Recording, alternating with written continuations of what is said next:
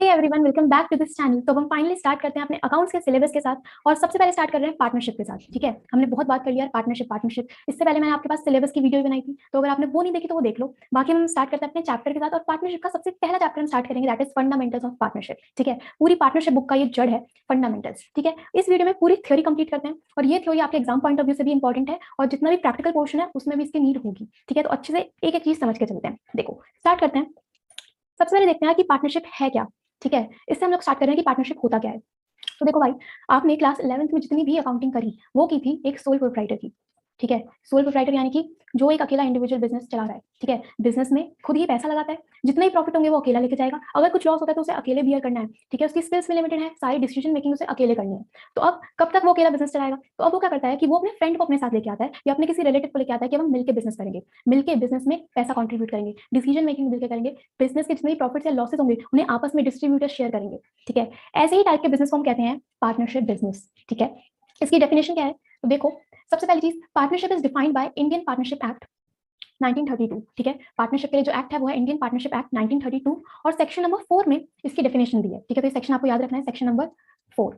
ठीक है, देखो क्या लिखा है। Partnership is the relation between persons who have agreed to share the profits of a business carried on by all और any of them acting for all. इसका मतलब क्या है? Partnership is the relation between persons. Relation यानी कि एक संबंध है लोगों के बीच में जिन्होंने आपस में मिलकर ये अग्री किया है कि वो बिजनेस के जितने भी प्रॉफिट्स हैं या जितने भी लॉसेस हैं उन्हें आपस में शेयर करेंगे, of a business carried on by all और any of them acting for all. इसका मतलब क्या है कि अगर तीन लोग हैं, तीन लोग मिलकर बिजनेस कर रहे हैं, तो हो सकता है कि एक ही इंडिविजुअल की, सपोज तीन लोग हैं, ए, बी और सी। ठीक है, इन तीनों ने मिलकर एक फर्म बनाई, पार्टनरशिप फर्म बनाई। और अब हो सकता है कि ए सबके बिहाफ पे काम करे, ठीक है, पूरे बिजनेस को मैनेज करे सबके बिहाफ में, या फिर तीनों मिलकर बिजनेस करें, तो वो भी पार्टनरशिप कहलाएगा। ठीक है, तो इस लाइन का मतलब यही है, business carried on by all, या तो सब लोग मिलकर बिजनेस करेंगे या फिर any of them acting for all, या फिर कोई एक इंडिविजुअल सबके बिहाफ पे काम करेगा। ठीक है, इस टाइप के बिजनेस को हम कहते हैं पार्टनरशिप। ओके, इसके बाद क्या लिखा है? The persons who have entered into a partnership with one another are called partners। जो भी लोग इस बिजनेस में एंटर करते हैं उन्हें हम कहते हैं पार्टनर्स। और कलेक्टिवली अगर हम देखें तो वो बन जाती है एक फर्म, पार्टनरशिप फर्म। ठीक है, होपफुली आप लोगों को पार्टनरशिप का मीनिंग क्लियर हुआ होगा। ओके, इसके बाद आगे बढ़ते हैं। अब आता है नेचर ऑफ पार्टनरशिप, कि पार्टनरशिप का नेचर क्या है। तो देखो, इसमें आपको दो पॉइंट ऑफ व्यू से पढ़ना है, एक अकाउंटिंग पॉइंट ऑफ व्यू, दूसरा है लीगल पॉइंट ऑफ व्यू। ठीक है, सिंपल चीज में आपको समझनी है, सेपरेट लीगल एंटिटी का कॉन्सेप्ट, सेपरेट लीगल एंटिटी। ठीक है, इसका मीनिंग आपको पता होगा, सेपरेट लीगल एंटिटी यानी कि बिजनेस अलग है और जो मेंबर्स हैं, जो पार्टनर्स हैं, वो अलग हैं। ठीक है, अगर हम बात करें अकाउंटिंग पॉइंट ऑफ व्यू से, तो हाँ, there is a separate legal entity, यानी कि जो फर्म है वो अपने नाम से जानी जाएगी और जो पार्टनर्स हैं वो अलग हैं। ठीक है, तो partnership is a separate business entity from its members, sorry from its partners, in case of, अगर हम बात करें अकाउंटिंग पॉइंट से। ठीक है, बट अगर हम बात करें लीगल पॉइंट ऑफ व्यू से, तो there is not a separate legal entity. मतलब अगर सपोज पार्टनर्स ने, सपोज फर्म ने बैंक से लोन लिया है, ठीक है, और उस लोन पे इंटरेस्ट देना है, तो उस केस में पार्टनर्स ऐसा नहीं कह सकते कि भाई जब लोन फर्म ने लिया है तो इंटरेस्ट भी फर्म ही पे करेगी। नहीं, वो फर्म बनाई किसने है? पार्टनर्स ने, तो उस केस में पार्टनर को ही इंटरेस्ट पे करना होता है। तो अगर हम देखें लीगल पॉइंट ऑफ व्यू से, या कोई भी मॉनिटरी क्लेम आता है, तो उस केस में there is no separate legal entity. ठीक है, तो उस केस में जो फर्म है और जो पार्टनर्स है वो एक ही है। But accounting point of view से there is a separate legal entity, यानी कि आप फर्म की अकाउंटिंग अलग करोगे, पार्टनर्स की अकाउंटिंग अलग करते हो। ठीक है, ये चीज आपको याद रखनी है। ओके, इसके बाद आगे बढ़ते हैं, फीचर्स ऑफ पार्टनरशिप। पार्टनरशिप के क्या क्या फीचर्स हैं? तो सबसे पहला फीचर है हमारे पास टू और मोर पर्सन। ठीक है, सिंपल बात है, जब दो या दो से ज्यादा लोग होंगे तभी एक पार्टनरशिप बन सकती है। ठीक है, सही है। इसके बाद मैक्सिमम नंबर ऑफ पार्टनर्स, आप कितने पार्टनर्स हो सकते हैं फर्म में? तो देखो, मिनिमम पार्टनर हमें चाहिए टू, मिनिमम होते हैं टू, और मैक्सिमम की आज तक कोई लिमिट प्रिस्क्राइब नहीं किया है इंडियन पार्टनरशिप एक्ट में। ठीक है, तो जो पार्टनरशिप एक्ट है उसमें कोई लिमिट डिफाइन नहीं करी कि कितने मैक्सिमम पार्टनर्स हो सकते हैं। बट कंपनीज एक्ट की बात करें तो कंपनीज एक्ट ने ये चीज बताई है कि एक पार्टनरशिप में मैक्सिमम 50 पार्टनर्स हो सकते हैं। ठीक है, तो मिनिमम कितने होंगे? टू, मैक्सिमम होंगे कितने? 50। ओके, इसके बाद आता है third, that is written, that is agreement. Agreement यानी कि जितने भी पार्टनर्स हैं उन्हें मिलकर आपस में एक डॉक्यूमेंट बनाना है, एक अग्रीमेंट बनाना है। अब ये जो अग्रीमेंट है ये ओरल भी हो सकता है और रिटन भी हो सकता है। ठीक है, बट हमेशा प्रेफर किया जाएगा कि वो रिटन हो, सो दैट अगर फ्यूचर में कुछ भी डिस्प्यूट्स होते हैं, कुछ कॉन्फ्लिक्ट्स होते हैं, तो आप उन्हें बहुत इजीली सेटल आउट कर सको। ठीक है, तो आपको एक अग्रीमेंट बनाना होता है। उसके बाद आता है प्रॉफिट शेयरिंग। प्रॉफिट शेयरिंग यानी कि जितने पार्टनर्स हैं वो मिलकर बिजनेस के प्रॉफिट्स को शेयर करेंगे। ठीक है, अब यहाँ पे प्रॉफिट लिखा है, इसका मतलब ये नहीं कि लॉसेस को शेयर नहीं करेंगे, लॉसेस भी सभी पार्टनर्स आपस में डिस्ट्रीब्यूट करके चलते हैं। ठीक है, उसके बाद नेक्स्ट है, there must exist a business for profit motive, यानी कि आप अगर एक पार्टनरशिप फर्म बना रहे हो तो उसके पीछे आपका मकसद बिजनेस करना होना चाहिए। ठीक है, अगर आप ये सोच के बना रहे हो कि हमें सोशल वेलफेयर करना है, तो उस केस में पार्टनरशिप नहीं कहलाएगी। ठीक है, तो आपका एक मोटिव होना चाहिए कि हमें प्रॉफिट अर्न करना है, बिजनेस मोटिव होना चाहिए। ओके, फिर लास्ट है हमारे पास business carried on by all और any of them acting for all. ये पॉइंट मैंने आपको ऑलरेडी बता दिया। ये अगर सपोज 3 पार्टनर्स हैं तो या तो तीनों मिलकर बिजनेस करेंगे या फिर कोई एक पार्टनर सबके बिहाफ पे काम कर रहा होगा। ठीक है, तो ये क्या है, business carried on by all और any of them acting for all. Okay, clear. ठीक है, इसके बाद आता है पार्टनरशिप डीड। पार्टनरशिप डीड क्या है, देखो अभी हमने पीछे पढ़ा कि एक अग्रीमेंट होना जरूरी है ना, कि पार्टनर्स के बीच में एक अग्रीमेंट होना जरूरी है। तो अगर वो अग्रीमेंट रिटन है तो उसे हम कहते हैं पार्टनरशिप डीड। ठीक है, देखो क्या लिखा है, partnership comes into existence by an oral और रिटन अग्रीमेंट। ही मैंने आपको बताया, it is prefer to have a written agreement to avoid any disputes. हमेशा प्रेफर किया जाता है कि एक रिटन अग्रीमेंट हो सो दैट आप उसे एज एन एविडेंस रख सको। ठीक है, this written document is known as partnership deed. इसी रिटन डॉक्यूमेंट को हम कहते हैं पार्टनरशिप डीड। पार्टनरशिप डीड है क्या, it contains all the terms and conditions of a partnership business, यानी कि जो आपका बिजनेस है। ठीक है, तो पार्टनरशिप डीड है क्या, एक वो डॉक्यूमेंट जिसमें आपके पार्टनरशिप बिजनेस से रिलेटेड जितने भी टर्म्स एंड कंडीशंस हैं वो लिखे होते हैं, उस डॉक्यूमेंट को हम कहते हैं पार्टनरशिप डीड। ठीक है, it is known as articles of partnership, मतलब कि पार्टनरशिप डीड का दूसरा ही नाम है आर्टिकल्स ऑफ पार्टनरशिप। तो अगर एग्जाम में क्वेश्चन आता है कि what is articles of partnership, तो सेम ही चीज है। ठीक है, अब देखते हैं यार पार्टनरशिप डीड में आती क्या क्या चीजें हैं। तो देखो कॉन्टेंट्स ऑफ अ डीड क्या क्या लिखा है, सबसे पहले डिस्क्रिप्शन ऑफ फर्म, फर्म का डिस्क्रिप्शन। ठीक है, कि फर्म का नेम क्या है, कहाँ पे लोकेटेड है। उसके बाद nature and place of business, description of partners, partners का नेम क्या है, क्या एड्रेस है, nature and place of business, कहाँ पे आपका बिजनेस सिचुएटेड है, कमेंसमेंट ऑफ पार्टनरशिप यानी कि किस डेट को आपने अपना बिजनेस स्टार्ट किया, वो इसमें लिखा होता है। कैपिटल कंट्रीब्यूशन, कि हर एक पार्टनर ने कितना कितना पैसा कंट्रीब्यूट किया, कितना कैपिटल लगाया है, वो इसमें मेंशन होता है। उसके बाद interest on capital, interest on drawings, ये सब अभी आप आगे पढ़ोगे। ठीक है, इंटरेस्ट ऑन कैपिटल क्या है, इंटरेस्ट ऑन कैपिटल का मतलब होता है कि अगर आप फर्म में पैसा कंट्रीब्यूट कर रहे हो एज अ पार्टनर, ठीक है, तो उस केस में फर्म आपको इंटरेस्ट देती है उस कैपिटल पे। ठीक है, उसे हम कहते हैं interest on capital. Interest on drawings क्या है, कि अगर आप फर्म से अपना कैपिटल विड्रॉ कर रहे हो, पैसा विड्रॉ कर रहे हो, तो उस पर आपको फर्म को इंटरेस्ट देना पड़ता है, that is interest on drawings. ठीक है, तो वो सभी इसमें लिखा होता है। उसके बाद प्रॉफिट शेयरिंग रेशो, किस रेशो में आप अपने प्रॉफिट्स और लॉसेस को शेयर करोगे। इंटरेस्ट ऑन लोन, अगर आपने फर्म से लोन लिया है तो कितना इंटरेस्ट देना है, अगर फर्म ने आपसे लोन लिया है तो कितना इंटरेस्ट देना है, वो सब आप देखते हो। उसके बाद रेम्यूनरेशन टू पार्टनर्स, कितना सैलरी, कितना वेजेस, कितना कमीशन देना है, वो सब इसमें लिखा होता है। उसके बाद वैल्यूएशन ऑफ गुडविल, ठीक है, valuation of assets, settlement of accounts, then rights and duties of partners, partners के क्या राइट्स हैं, क्या ड्यूटीज हैं, वो सब। उसके बाद ड्यूरेशन ऑफ बिजनेस, कि कितने टाइम तक आपका बिजनेस चलने वाला है। ठीक है, आपने कुछ अगर टाइम फिक्स कर रखा है कि हमें इतने टाइम तक बिजनेस करना है, तो वो इसमें लिखा होता है। Then settlement of disputes if any, अगर कुछ भी लड़ाई झगड़े होते हैं, कुछ भी डिस्प्यूट हो जाते हैं पार्टनर के बीच में, तो किस तरह उन्हें सेटल करना है, वो सभी चीजें, ये सभी टर्म्स एंड कंडीशन इस डॉक्यूमेंट में, इस डीड में लिखी होती है। ठीक है, सही है, तो ये हमारा टॉपिक होता है कंप्लीट पार्टनरशिप डीड का।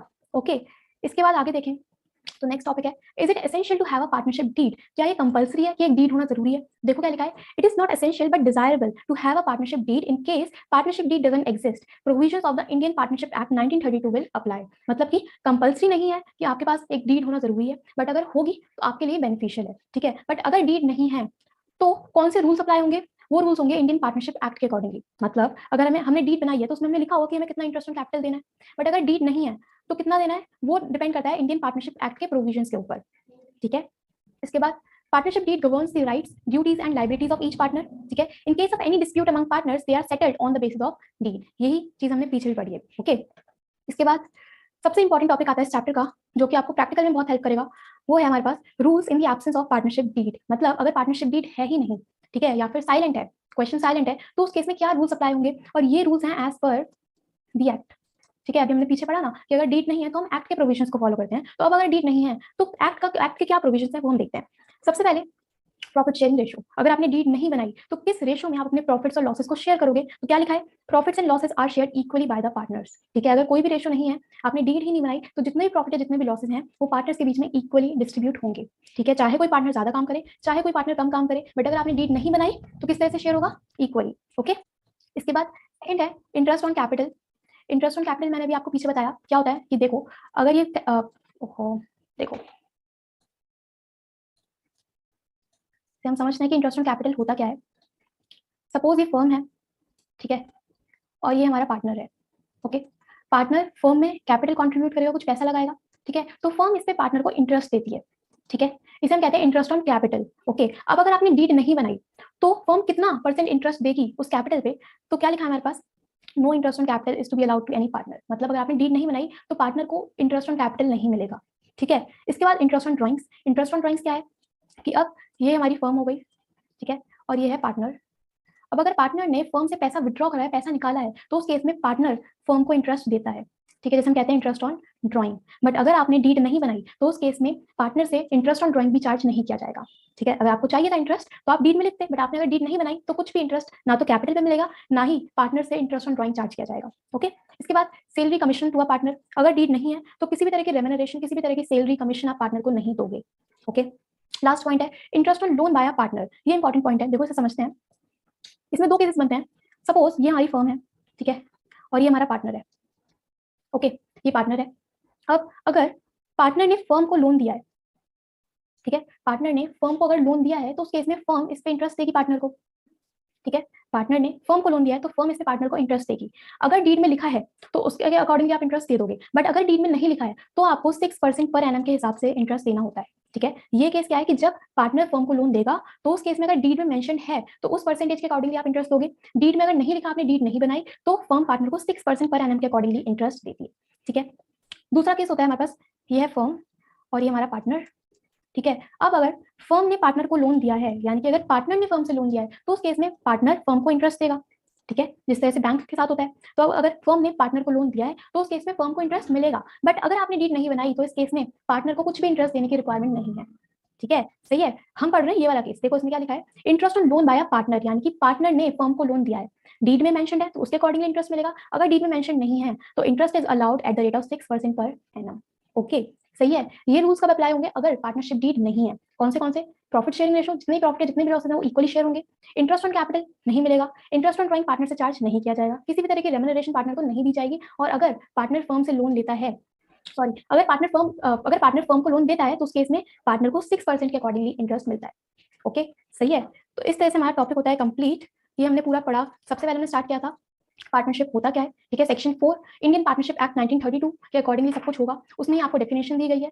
देन हमने देखा नेचर ऑफ पार्टनरशिप कि अकाउंटिंग पॉइंट ऑफ व्यू क्या है, लीगल पॉइंट ऑफ व्यू क्या है। अकाउंटिंग पॉइंट ऑफ व्यू के अकॉर्डिंगली सेपरेट लीगल एंटिटी है, ठीक है, पार्टनर्स अलग हैं, फर्म अलग है, but legal point of view के अकॉर्डिंगली कोई भी सेपरेट लीगल एंटिटी नहीं है। ठीक है, देन फीचर्स हमने देख लिए।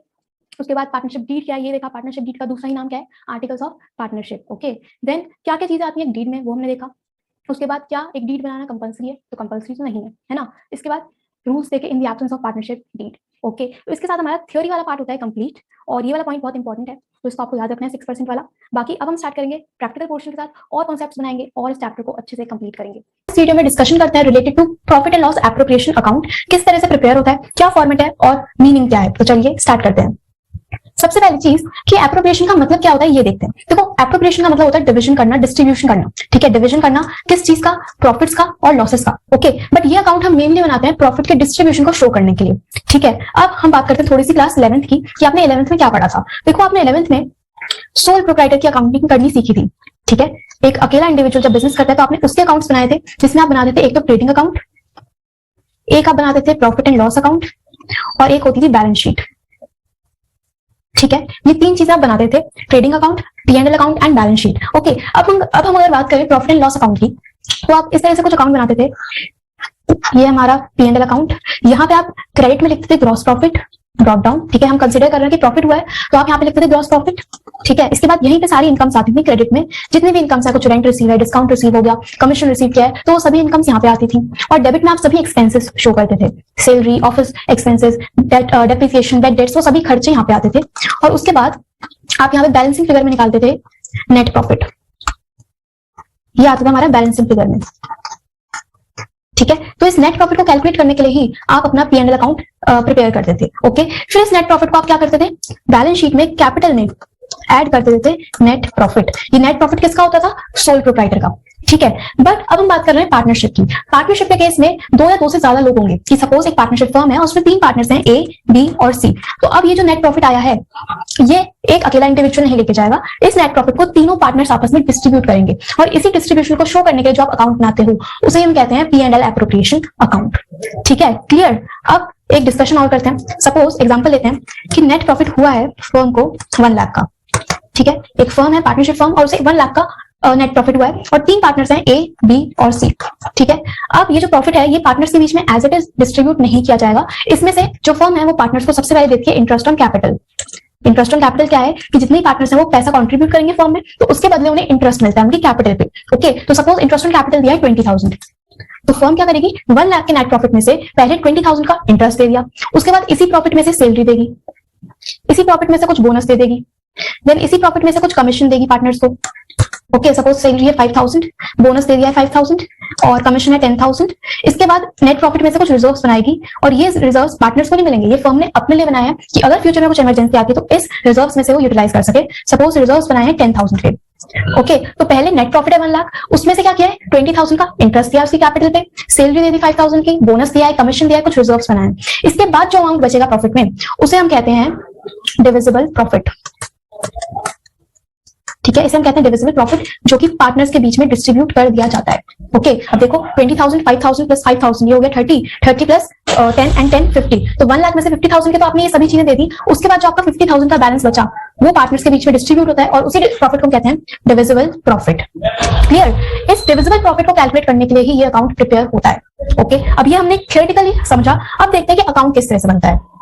तो देखो हम यहाँ पे बनाएंगे P&L एप्रोप्रिएशन अकाउंट, और ठीक है यहाँ पे होगी डेबिट साइड, ये हो गई credit side, particulars amount, particulars amount. ठीक है, सबसे पहली चीज आप करते हो यहाँ पे आप क्रेडिट में दिखाते हो बाय नेट प्रॉफिट। ठीक है, ये नेट प्रॉफिट कहां से आया, जो P&L अकाउंट बनता है वहीं पे नेट प्रॉफिट आएगा ना बैलेंस, उसी को आपने यहाँ पे ब्रॉट डाउन किया है। ओके, फिर इस नेट प्रॉफिट में से फर्म पार्टनर्स को देती है कुछ इंटरेस्ट ऑन कैपिटल, तो यहाँ पे हम लिखेंगे डेबिट में to interest on capital. Suppose 2 partners हैं तो 2 पार्टनर्स का अमाउंट यहाँ पे लिखोगे अंदर और फिर टोटल करके आप बाहर आउटर कॉलम में लिख सकते हो। ठीक है, इससे पहले एक चीज और समझो, ये जो आपका P&L एप्रोप्रिएशन अकाउंट होता है ये नॉमिनल अकाउंट होगा। ओके, ये आपको याद रखना है कि नॉमिनल अकाउंट होता है। नॉमिनल अकाउंट का रूल होता है debit all expenses and losses, credit all incomes and gains, कि जितने भी खर्चे होंगे उन्हें डेबिट करोगे और जितने भी इनकम्स और गेन्स होंगे उन्हें क्रेडिट कर दिया जाएगा। ओके, अब ये जो अकाउंट है या फर्म के पॉइंट ऑफ व्यू से बनाओगे कि ये अकाउंटिंग किसकी हो रही है, फर्म की। ठीक है, अब फर्म जब इंटरेस्ट ऑन कैपिटल देगी पार्टनर्स को, ओके, तो वो फर्म के लिए खर्चा है, एक्सपेंस है। और अभी हमने देखा कि P&L एप्रोप्रिएशन अकाउंट एक नॉमिनल अकाउंट है, तो जितने भी खर्चे हैं वो कहां पे आएंगे, डेबिट में, इसलिए हमने इंटरेस्ट ऑन कैपिटल को क्या किया है, डेबिट। ठीक है, उसके बाद यहाँ पे हम लिखते हैं टू सैलरी, कुछ आपने बोनस दे दिया है पार्टनर्स को, ठीक है, कुछ कमीशन दिया है तो वो भी डेबिट में आएगा। ठीक है, ये सभी चीजें डेबिट में क्यों आएंगे, क्योंकि ये फर्म के लिए खर्चा है, तो ये सब कहां पे आएंगे, डेबिट में। उसके बाद अगर आपने कुछ रिजर्व्स बनाए हैं तो वो भी डेबिट में आ जाएंगे। ये रिजर्व्स पार्टनर्स के लिए नहीं है, ये रिजर्व्स फर्म के लिए है। ठीक है, अगर फ्यूचर में कुछ इमरजेंसी या कुछ भी रिक्वायरमेंट होती है तो आप इस पैसे को यूज कर सकते हो। ये डेबिट में क्यों आया है रिजर्व्स, क्योंकि इसने आपके प्रॉफिट को कम किया है। कम कैसे किया है, देखो सपोज फर्म को नेट प्रॉफिट हुआ है 1 लाख का और उसमें से आपने कुछ पैसा सेट बाहर अलग से रख दिया, जिसे हम कहते हैं रिजर्व्स, सपोज 20,000। ठीक है, तो अब पहले जो प्रॉफिट 1 लाख का था, रिजर्व्स बनाने की वजह से वो प्रॉफिट कम हो गया है और आ गया है किससे, 80,000 पे। तो रिजर्व्स ने आपके प्रॉफिट को कम कर दिया है, इसलिए वो कहां पे आया है, डेबिट में। ओके, ये हो गया। इसके बाद आप क्या करोगे, इसके बाद हम बैलेंसिंग फिगर निकालेंगे यहाँ पे, और यहाँ पे आप सबसे पहले लिखोगे क्रेडिट में bye interest on drawings. Interest on drawings क्या है, इंटरेस्ट ऑन ड्रॉइंग्स का मतलब होता है कि पार्टनर्स फर्म से कुछ पैसा विड्रॉ कर रहे हैं, तो उस केस में पार्टनर्स फर्म को इंटरेस्ट देंगे, वो फर्म के लिए एक इनकम है और इनकम कहां पे आएंगी, क्रेडिट में। तो यहाँ पे हम दिखाएंगे इंटरेस्ट ऑन ड्रॉइंग्स। ओके, अब क्या करना है आपको, आप करोगे क्रेडिट साइड का टोटल। ठीक है, यहाँ पे जो बैलेंस निकलेगा डेबिट साइड पर हम कहते हैं डिविजिबल प्रॉफिट, तो यहाँ लिखोगे टू डिविजिबल प्रॉफिट, और जो भी पार्टनर्स है उनके बीच में आप उसे उनकी रेशियो में डिस्ट्रीब्यूट कर देते हो। ठीक है, तो इस तरह से हमारा अकाउंट होता है कंप्लीट। कुछ नहीं किया हमने, P&L एप्रोप्रिएशन अकाउंट एक नॉमिनल अकाउंट है, तो उसके अकॉर्डिंगली आपको चलना है, फर्म के पॉइंट ऑफ व्यू से बनाना है। सबसे पहले नेट प्रॉफिट दिखाओगे यहाँ पे क्रेडिट में। ठीक है, उसके बाद इंटरेस्ट ऑन ड्रॉइंग्स फर्म के लिए एक इनकम है तो वो क्रेडिट में आ जाएगी। ठीक है, इसके बाद फर्म क्या देगी पार्टनर्स को, इंटरेस्ट देगी उनके कैपिटल पे, जो कि एक खर्चा है और खर्चे सभी डेबिट होंगे, तो इंटरेस्ट ऑन कैपिटल आप दिखाओगे डेबिट में, सैलरी दिखा दोगे, बोनस दिखाओगे, कमीशन, रिजर्व, ये सभी कहां पे आएंगे, डेबिट साइड। ठीक है, अब अगर हम अपने पहले वाले एग्जांपल को ही देखें तो देखो हमने अज्यूम किया था कि नेट प्रॉफिट 1 लाख का है, तो मैं यहाँ पे अमाउंट लिखती हूँ। अब सपोज हमारा नेट प्रॉफिट है 1 लाख। ठीक है, उसमें से आपने इंटरेस्ट ऑन कैपिटल दिया है 20,000, तो यहाँ पे हम लिख सकते हैं 20,000। ठीक है, आपने 1 लाख में से 20,000 का इंटरेस्ट ऑन कैपिटल दिया है, उसके बाद आपने 5,000 की सैलरी दे दी है, 5,000 बोनस, 10,000 का कमीशन और 10,000 के आपने रिजर्व्स बना दिए। ठीक है, और suppose interest on drawings partner से चार्ज किया है आपने 20,000। ठीक है, तो अब देखो यहाँ पे टोटल कितना होगा राइट साइड में, 1 lakh plus 20,000 will be 1,20,000, 1,20,000 minus 20,000 1 lakh, 1 lakh minus 10,000 will be 90,000 and 90,000 minus 20,000 will be 70,000। तो ये जो डिविजिबल प्रॉफिट आया ये आ गया 70,000, जो कि आप पार्टनर्स के अमंग डिस्ट्रीब्यूट कर दोगे उनकी जो भी रेशियो गिवन है, जैसा भी आपको क्वेश्चन बताएगा उसके अकॉर्डिंग। ठीक है, तो इस तरह से हमारा अकाउंट होता है complete, P and appropriation account किस तरह से बनता है। ओके, अब एक चीज याद रखनी है आपको, वो क्या है कि जो पी एंड एप्रोप्रिएशन अकाउंट है ये बस प्रॉफिट्स के केसेस में बनता है। मतलब इस अकाउंट को बनाने का पर्पस है कि आप प्रॉफिट्स का डिस्ट्रीब्यूशन शो करोगे। अगर फर्म को नेट लॉस होता है तो उस केस में अकाउंट नहीं बनेगा। ठीक है, क्या बोला कि अगर फर्म को नेट लॉस होगा तो आप ये अकाउंट नहीं बनाते हो। ठीक है, बट यहाँ पे एक एक्सेप्शन है। एक्सेप्शन क्या है कि सपोज आपको क्वेश्चन में नेट लॉस गिवन है, ठीक है, आपको इंटरेस्ट ऑन कैपिटल गिवन है, सैलरी गिवन है और इंटरेस्ट ऑन ड्राइंग्स गिवन है, और आपको बनाना है P and L appropriation account, ऐसा क्वेश्चन में गिवन है। ठीक है, अब आप सोचोगे कि नेट लॉस जब दे रखा है तो हम अकाउंट क्यों बनाएं? बिल्कुल ठीक, बट अगर क्वेश्चन में इंटरेस्ट ऑन ड्राइंग्स भी दिया है तो आप ये अकाउंट बनाओगे। मतलब क्या है कि ये जितने भी आइटम्स होते हैं डेबिट साइड वाले, कि इंटरेस्ट ऑन कैपिटल है, सैलरी है, बोनस है, ये सभी एप्रोप्रिएशंस होते हैं। मतलब कि ये सभी आइटम्स आपको तभी देने हैं एज अ फर्म अगर फर्म को प्रॉफिट होता है। अगर प्रॉफिट नहीं होगा तो ना तो आप सैलरी दोगे, ना ही आप बोनस दोगे, ना ही आप इंटरेस्ट ऑन कैपिटल देते हो। ठीक है, तो अगर फर्म को लॉस होगा, नेट लॉस होगा, तो ये सभी आइटम्स आप नहीं दोगे। बट इंटरेस्ट ऑन ड्राइंग्स ये तो फर्म के लिए इनकम है। ठीक है, लॉस हो रहा है तो उस केस में आप खर्चा नहीं करोगे, बट इंटरेस्ट ऑन ड्राइंग्स तो आपको मिलना है। ठीक है, तो अगर एक्सेप्शन यही है कि चाहे नेट लॉस ही क्यों ना हुआ हो, बट अगर क्वेश्चन में इंटरेस्ट ऑन ड्राइंग्स गिवन है तो आप अकाउंट बनाओगे और उसमें नेट लॉस और इंटरेस्ट ऑन ड्राइंग्स ही दिखाओगे बस। ठीक है, बाकी आइटम्स नहीं आएंगे। ठीक है, क्लियर? ये एक्सेप्शन है, इसे आपको याद रखना है। इससे रिलेटेड हम क्वेश्चन करेंगे आने वाली वीडियोस में। ओके, तो इतना ही टॉपिक था हमारा पी एंड एल एप्रोप्रिएशन का, और होपफुली आप लोगों को समझ में आया होगा किस तरह से अकाउंट बनता है और क्या पूरा इसका कॉन्सेप्ट है। ओके, ये हमने बनाया है फर्म के पॉइंट ऑफ व्यू से। अब हमने फर्स्ट वीडियो में पढ़ा था कि अकाउंटिंग पॉइंट ऑफ व्यू के अकॉर्डिंगली फर्म अलग है, पार्टनर्स अलग है, मतलब कि सेपरेट लीगल एंटिटी वाला कॉन्सेप्ट। ठीक है, कि पार्टनर्स अलग है, फर्म अलग है, दोनों की अकाउंटिंग अलग अलग होगी। तो अब हमने फर्म के पॉइंट ऑफ व्यू से तो अकाउंट बना लिया। ठीक है, अब देखो ये जो इंटरेस्ट ऑन कैपिटल है ये फर्म के लिए खर्चा है ना, बट सामने वाली पार्टी के लिए यानी कि जो पार्टनर्स हैं उनके लिए तो इनकम होगा। तो पार्टनर्स के लिए जो अकाउंट बनता है वो होता है हमारा पार्टनर्स कैपिटल अकाउंट। ठीक है, इस पे भी डिस्कशन कर ही लेते हैं हम लोग आज ही, जिससे आपको कुछ भी कंफ्यूजन नहीं रहेगी। तो अब हम बनाते हैं पार्टनर्स कैपिटल अकाउंट। देखो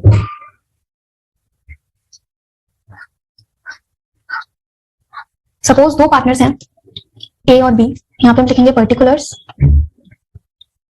ए B, particulars A and B. ठीक है, सबसे पहले देखो अभी हमने देखा कि फर्म के लिए जो चीज एक्सपेंस है वो पार्टनर्स के लिए इनकम होगा। मतलब अगर फर्म पार्टनर्स को इंटरेस्ट ऑन कैपिटल दे रही है तो वो फर्म के लिए तो खर्चा है, बट पार्टनर्स के लिए वही चीज क्या है? इनकम है। इसी तरह अगर फर्म पार्टनर्स को सैलरी दे रही है तो वो फर्म के लिए तो खर्चा है, बट पार्टनर्स के लिए क्या है? इनकम है। ठीक है, तो डबल इफेक्ट है, डबल एंट्री सिस्टम फॉलो करते हैं। तो अब हम बनाते हैं P and L sorry partners capital account. तो देखो सबसे पहली चीज आप यहाँ पे लिखते हो वो होता है कैपिटल का ओपनिंग बैलेंस।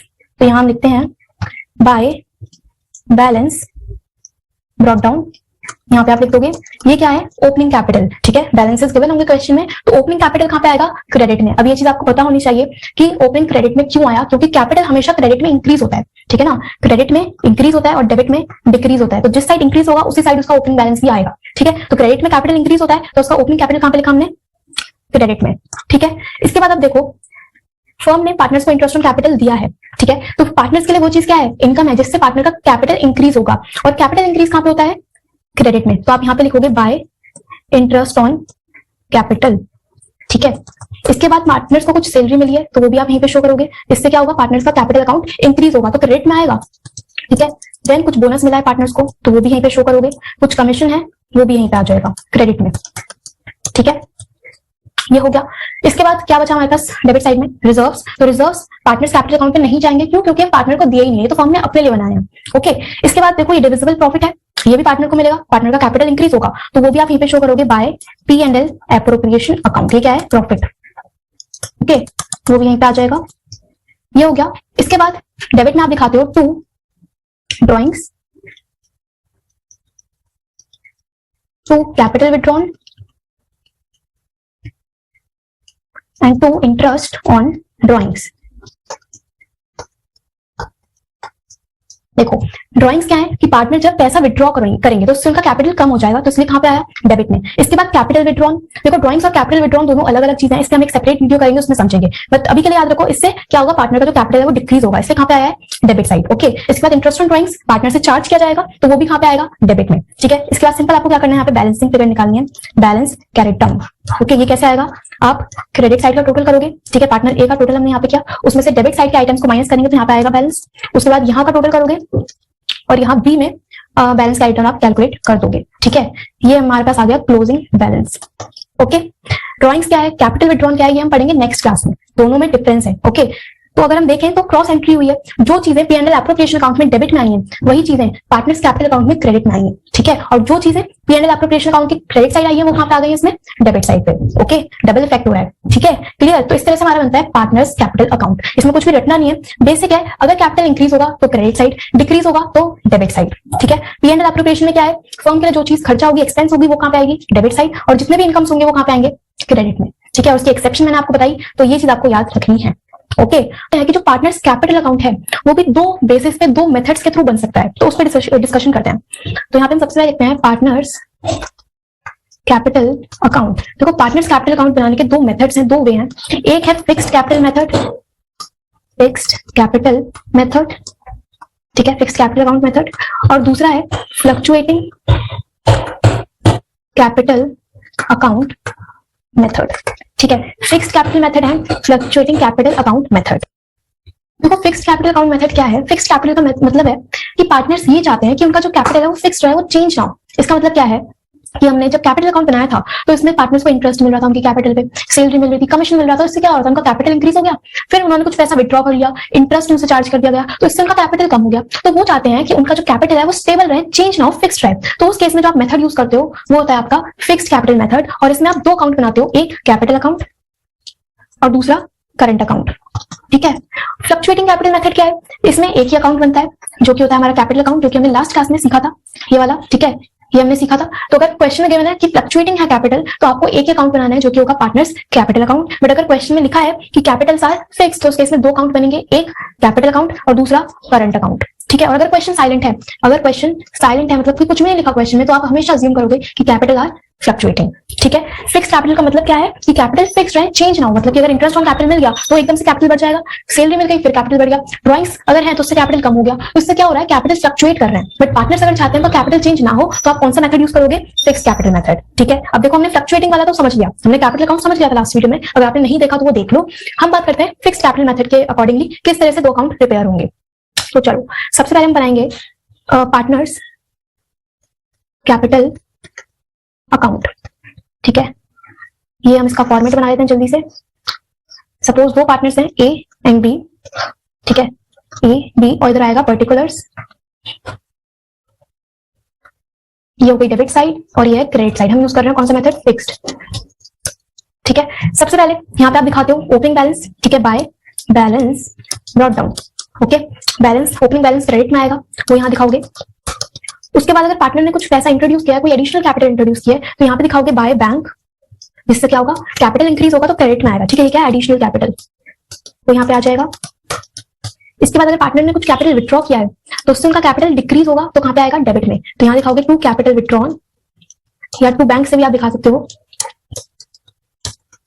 और फिर बाद में आ जाएगी बैलेंसिंग फिगर, यानी कि क्लोजिंग कैपिटल, ठीक है। ये क्या है, क्लोजिंग, ओके। तो इस तरह से हमारा पार्टनर कैपिटल अकाउंट बनता है in case of fixed capital method, ठीक है। हमने क्या किया है, बस हमें इसमें चार चीजें डालनी है, एक ओपनिंग कैपिटल, एक क्लोजिंग कैपिटल, कुछ अगर एडिशनल कैपिटल है तो वो आप यहाँ पे दिखाओ, अगर कोई कैपिटल विथड्रॉ किया है तो वो यहाँ पे आ जाएगा, ठीक है। इसके अलावा जितनी भी चीजें, interest on capital, salary, bonus, commission, interest on drawings, वो सभी जाएंगी करंट अकाउंट में, ठीक है। हमें कैपिटल फिक्स रखना है। अब आप बोलोगे कि यार इसमें अगर हम एडिशनल कैपिटल इंट्रोड्यूस कर रहे हैं तो आपका कैपिटल चेंज हो रहा है, हमने अगर पैसा विड्रॉ किया तो अगेन कैपिटल चेंज हो रहा है, तो फिक्स तो रहा ही नहीं। बट ये तो कैपिटल में चेंजेस हो रहे हैं ना, अगर आप कैपिटल इंट्रोड्यूस कर ही रहे हो तो उससे कैपिटल तो इंक्रीज होगा, बट अदर देन कैपिटल जितने भी चीजें, जितने भी आइटम्स हैं वो इस अकाउंट में नहीं जाएंगे, ठीक है। इस केस में क्या हो गया, कैपिटल आर फिक्स्ड, ओके। अब देखो, हम बनाते हैं करंट अकाउंट, यहाँ पे लिखेंगे पार्टनर्स करंट अकाउंट।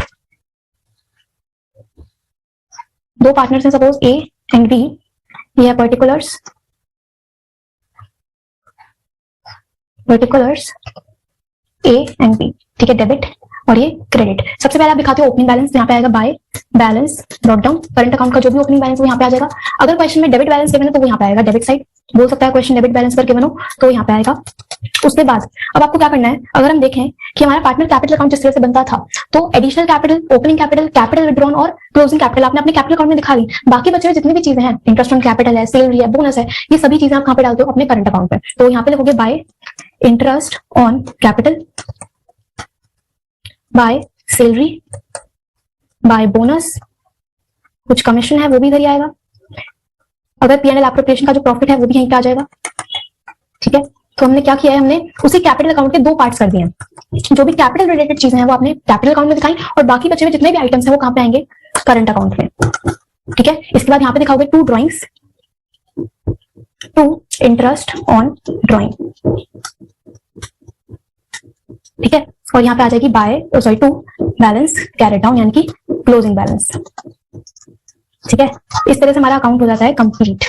ठीक है, तो अगर हम देखें हमने किया क्या है, तो 2 मेथड है, एक फिक्स्ड कैपिटल मेथड, दूसरा है फ्लक्चुएटिंग मेथड। फिक्स्ड अगर कैपिटल तो 2 अकाउंट बनेंगे, एक करंट अकाउंट और दूसरा कैपिटल अकाउंट। ठीक है, हमने क्या किया है, हमने बेसिकली पार्टनर्स कैपिटल अकाउंट के 2 पार्ट्स कर दिए। जितने भी कैपिटल रिलेटेड चीजें हैं वो आएंगी कैपिटल अकाउंट में, और बाकी बचे हुए जितने भी आइटम्स हैं वो कहां पे आ जाएंगे, करंट अकाउंट में। ठीक है, तो यही क्या है कि पार्टनर कैपिटल अकाउंट में हमेशा 4 ही चीजें आएंगी, एक ओपनिंग बैलेंस, क्लोजिंग बैलेंस, अगर कुछ एडिशनल कैपिटल गिवन है तो वो, और अगर आपने कैपिटल विथड्रॉ किया है तो वो, बस इतनी चीजें। बाकी बची हुई जितनी भी चीजें आपके जितने भी एप्रोप्रिएशन है वो कहां पे जाएंगे, पार्टनर्स करंट अकाउंट में। ठीक है, तो इस तरह से हमारे 2 मेथड्स हो जाते हैं, एक फिक्स मेथड और दूसरा फ्लक्चुएटिंग मेथड। अगर आपको क्वेश्चन कुछ भी ना बोले तो हमेशा अज्यूम करना है कि कैपिटल आर फ्लक्चुएटिंग। क्लियर? ठीक है, तो इस तरह से हमारा ये टॉपिक भी हो जाता है कंप्लीट। तो इस टॉपिक है हमारे पास, that is the difference between charge against profits versus appropriation out of profits. ठीक है, 2 टॉपिक हैं, एक चार्ज और एक एप्रोप्रिएशन। इनके बीच में क्या डिफरेंस होता है वो समझते हैं। तो देखो हम यहाँ पे लिख के चलते हैं। सबसे पहले बात करते हैं चार्ज की। ठीक है, charge against profits. Charge against profits क्या है? चार्ज अगेंस्ट प्रॉफिट का मतलब क्या है? चार्ज का मतलब होता है कुछ वो खर्चे, एक फर्म के वो एक्सपेंसेस जो कि उसे करने ही है, चाहे वो फर्म प्रॉफिट में हो चाहे वो फर्म लॉसेस में हो। ठीक है, तो मतलब क्या है, इसका मीनिंग लिखते हैं, those expenses which are to be incurred by the firm whether the firm is in profits और लॉसेस। इसका मतलब क्या है कि कुछ वो खर्चे, वो एक्सपेंसेस जो कि एक फर्म को करने ही है, चाहे उस फर्म को प्रॉफिट हो चाहे उस फर्म को लॉस हो, वो एक्सपेंसेस आपको करने ही होते हैं। ठीक है, आप उनसे बच नहीं सकते। जैसे हम एग्जांपल लेते हैं, हम अगर बात करें इंटरेस्ट ऑन लोन की। इंटरेस्ट ऑन लोन मतलब अगर आपने बैंक से लोन लिया है तो आपको उस पर इंटरेस्ट देना पड़ेगा। ठीक है, अब इट डजंट मैटर कि अगर आपकी फर्म है और आपका बिजनेस अच्छा नहीं चल रहा है, आप लॉसेस में जा रहे हो, तो आप इंटरेस्ट पे नहीं करोगे। ठीक है, ऐसा नहीं हो सकता कि आप बैंक को बोलो कि बैंक मेरे पास तो पैसा है नहीं, मैं तो लॉसेस में हूं, मैं इंटरेस्ट नहीं दे सकता। तो बैंक आपको ऐसा करने से रोकेगा नहीं, वो तो बोलेगा कि भाई मुझे इंटरेस्ट चाहिए। इंटरेस्ट क्या है? एक चार्ज है जो कि आपको देना ही है, चाहे आपकी कंडीशन कैसी भी क्यों ना हो। ठीक है, तो इट्स अ चार्ज। ठीक है, इसके बाद सेकंड आता है हमारे पास रेंट, रेंट पेबल। अब अगर आप एक रेंटल हाउस पे रह रहे हो, अगर आप रेंट पे रह रहे हो तो आपको वहां का रेंट देना जरूरी है। ठीक है, अब लैंडलॉर्ड ऐसा नहीं करेगा कि अगर आपके पास पैसा नहीं है रेंट देने के लिए तो आप उन्हें बोलो कि मैं अगली बार रेंट दे दूंगा, इस बार मुझे माफ करो। नहीं, वो क्या बोलेंगे कि भाई साहब अपना सामान लो और भागो यहाँ से। क्यों? क्योंकि रेंट तो देना ही है। ठीक है, मकान मालिक को इससे फर्क नहीं पड़ता कि चाहे आप प्रॉफिट में हो या लॉसेस में हो, आपको रेंट तो देना ही है, इसलिए वो भी क्या है, एक चार्ज है। ठीक है, इसी तरह आता है हमारे पास मैनेजर, मैनेजर्स कमीशन। मैनेजर अपना कमीशन लेगा, चाहे आपको फर्म को प्रॉफिट हो रहा है चाहे लॉस हो रहा हो, उसने अपनी सर्विस प्रोवाइड की है तो उसको तो अपना कमीशन से मतलब है। ठीक है, तो ये क्या हो जाता है हमारे पास, चार्ज। चार्ज का मतलब समझे, वो खर्चे, वो एक्सपेंसेस जो कि एक फर्म को करने ही है, चाहे वो फर्म प्रॉफिट में हो चाहे वो फर्म लॉसेस में हो। ठीक है, interest on loan, rent, manager commission, ये सभी एक्सपेंसेस क्या है, चार्ज है। ठीक है, अच्छा इसके बाद हम समझते हैं एप्रोप्रिएशन। देखो appropriation, appropriation out of profits. Appropriation का मतलब क्या है? एप्रोप्रिएशन का मतलब है वो एक्सपेंसेस आपको तभी इनकर करने हैं अगर आप प्रॉफिट में। ठीक है, जैसे हमने अभी पीछे P&L एप्रोप्रिएशन अकाउंट बनाना सीखा था अपनी लास्ट वीडियो में, तो होता क्या था कि नेट प्रॉफिट में से आप कुछ इंटरेस्ट ऑन कैपिटल देते थे। ठीक है, कुछ इंटरेस्ट ऑन कैपिटल है, आपने सैलरी दे दी, बोनस दे दिया। ठीक है, इसके साथ आपने अगर कमीशन दिया है, कुछ रिजर्व्स बनाए हैं, तो ये सभी आइटम्स आप कब देते थे? जब आपको नेट प्रॉफिट होता था। ठीक है, अगर फर्म को प्रॉफिट होगा तो वो ये सभी आइटम, ये सभी खर्चे करेगी, बट अगर प्रॉफिट नहीं है तो ये खर्चे नहीं करेगी। ठीक है, अगर फर्म को लॉस हुआ है तो ना तो वो इंटरेस्ट ऑन कैपिटल देगी, ना ही वो सैलरी देगी, ना ही वो बोनस देगी, ना ही कमीशन बनाएगी, कमीशन पे करेगी, और ना ही वो रिजर्व्स बनाएगी। ठीक है, तो वो खर्चे जो कि एक फर्म तभी करेगी जब उसे प्रॉफिट हो रहा है। ठीक है, अगर प्रॉफिट ज्यादा है, अगर प्रॉफिट ज्यादा है तो आप ज्यादा एक्सपेंसेस करोगे, है ना, और अगर प्रॉफिट कम है तो आप कम करोगे। ठीक है, तो ये क्या है एप्रोप्रिएशन का मतलब लिखे यहाँ पे। एप्रोप्रिएशन का मतलब लिखते हैं यहाँ पे, those expenses which are to be incurred by the firm only in case of profit। ठीक है, वो खर्चे जो कि एक फर्म तभी करेगी जब उसे प्रॉफिट हो रहा है। ओके, अगर लॉस हो रहा है तो उस केस में ये खर्चे नहीं किए जाते। बट चार्ज क्या था? चार्ज का मतलब क्या है कि वो खर्चे जो कि आपको करने ही है, चाहे आप प्रॉफिट में हो चाहे आप लॉसेस में हो। ओके, और हमारे पास एप्रोप्रिएशन का एग्जांपल क्या होगा, interest on capital, salary, bonus, commission, reserve, ये सब कभी तब दिए जाएंगे अगर आपको प्रॉफिट हो रहा है। ओके ठीक, अगर हम इसका अकाउंटिंग ट्रीटमेंट देखें तो कैसे होगा, तो देखो यहाँ लिखते हैं अकाउंटिंग ट्रीटमेंट। सबसे पहले चार्ज अगेंस्ट प्रॉफिट्स, ठीक है, और दूसरा हमारे पास एप्रोप्रिएशन आउट ऑफ प्रॉफिट्स।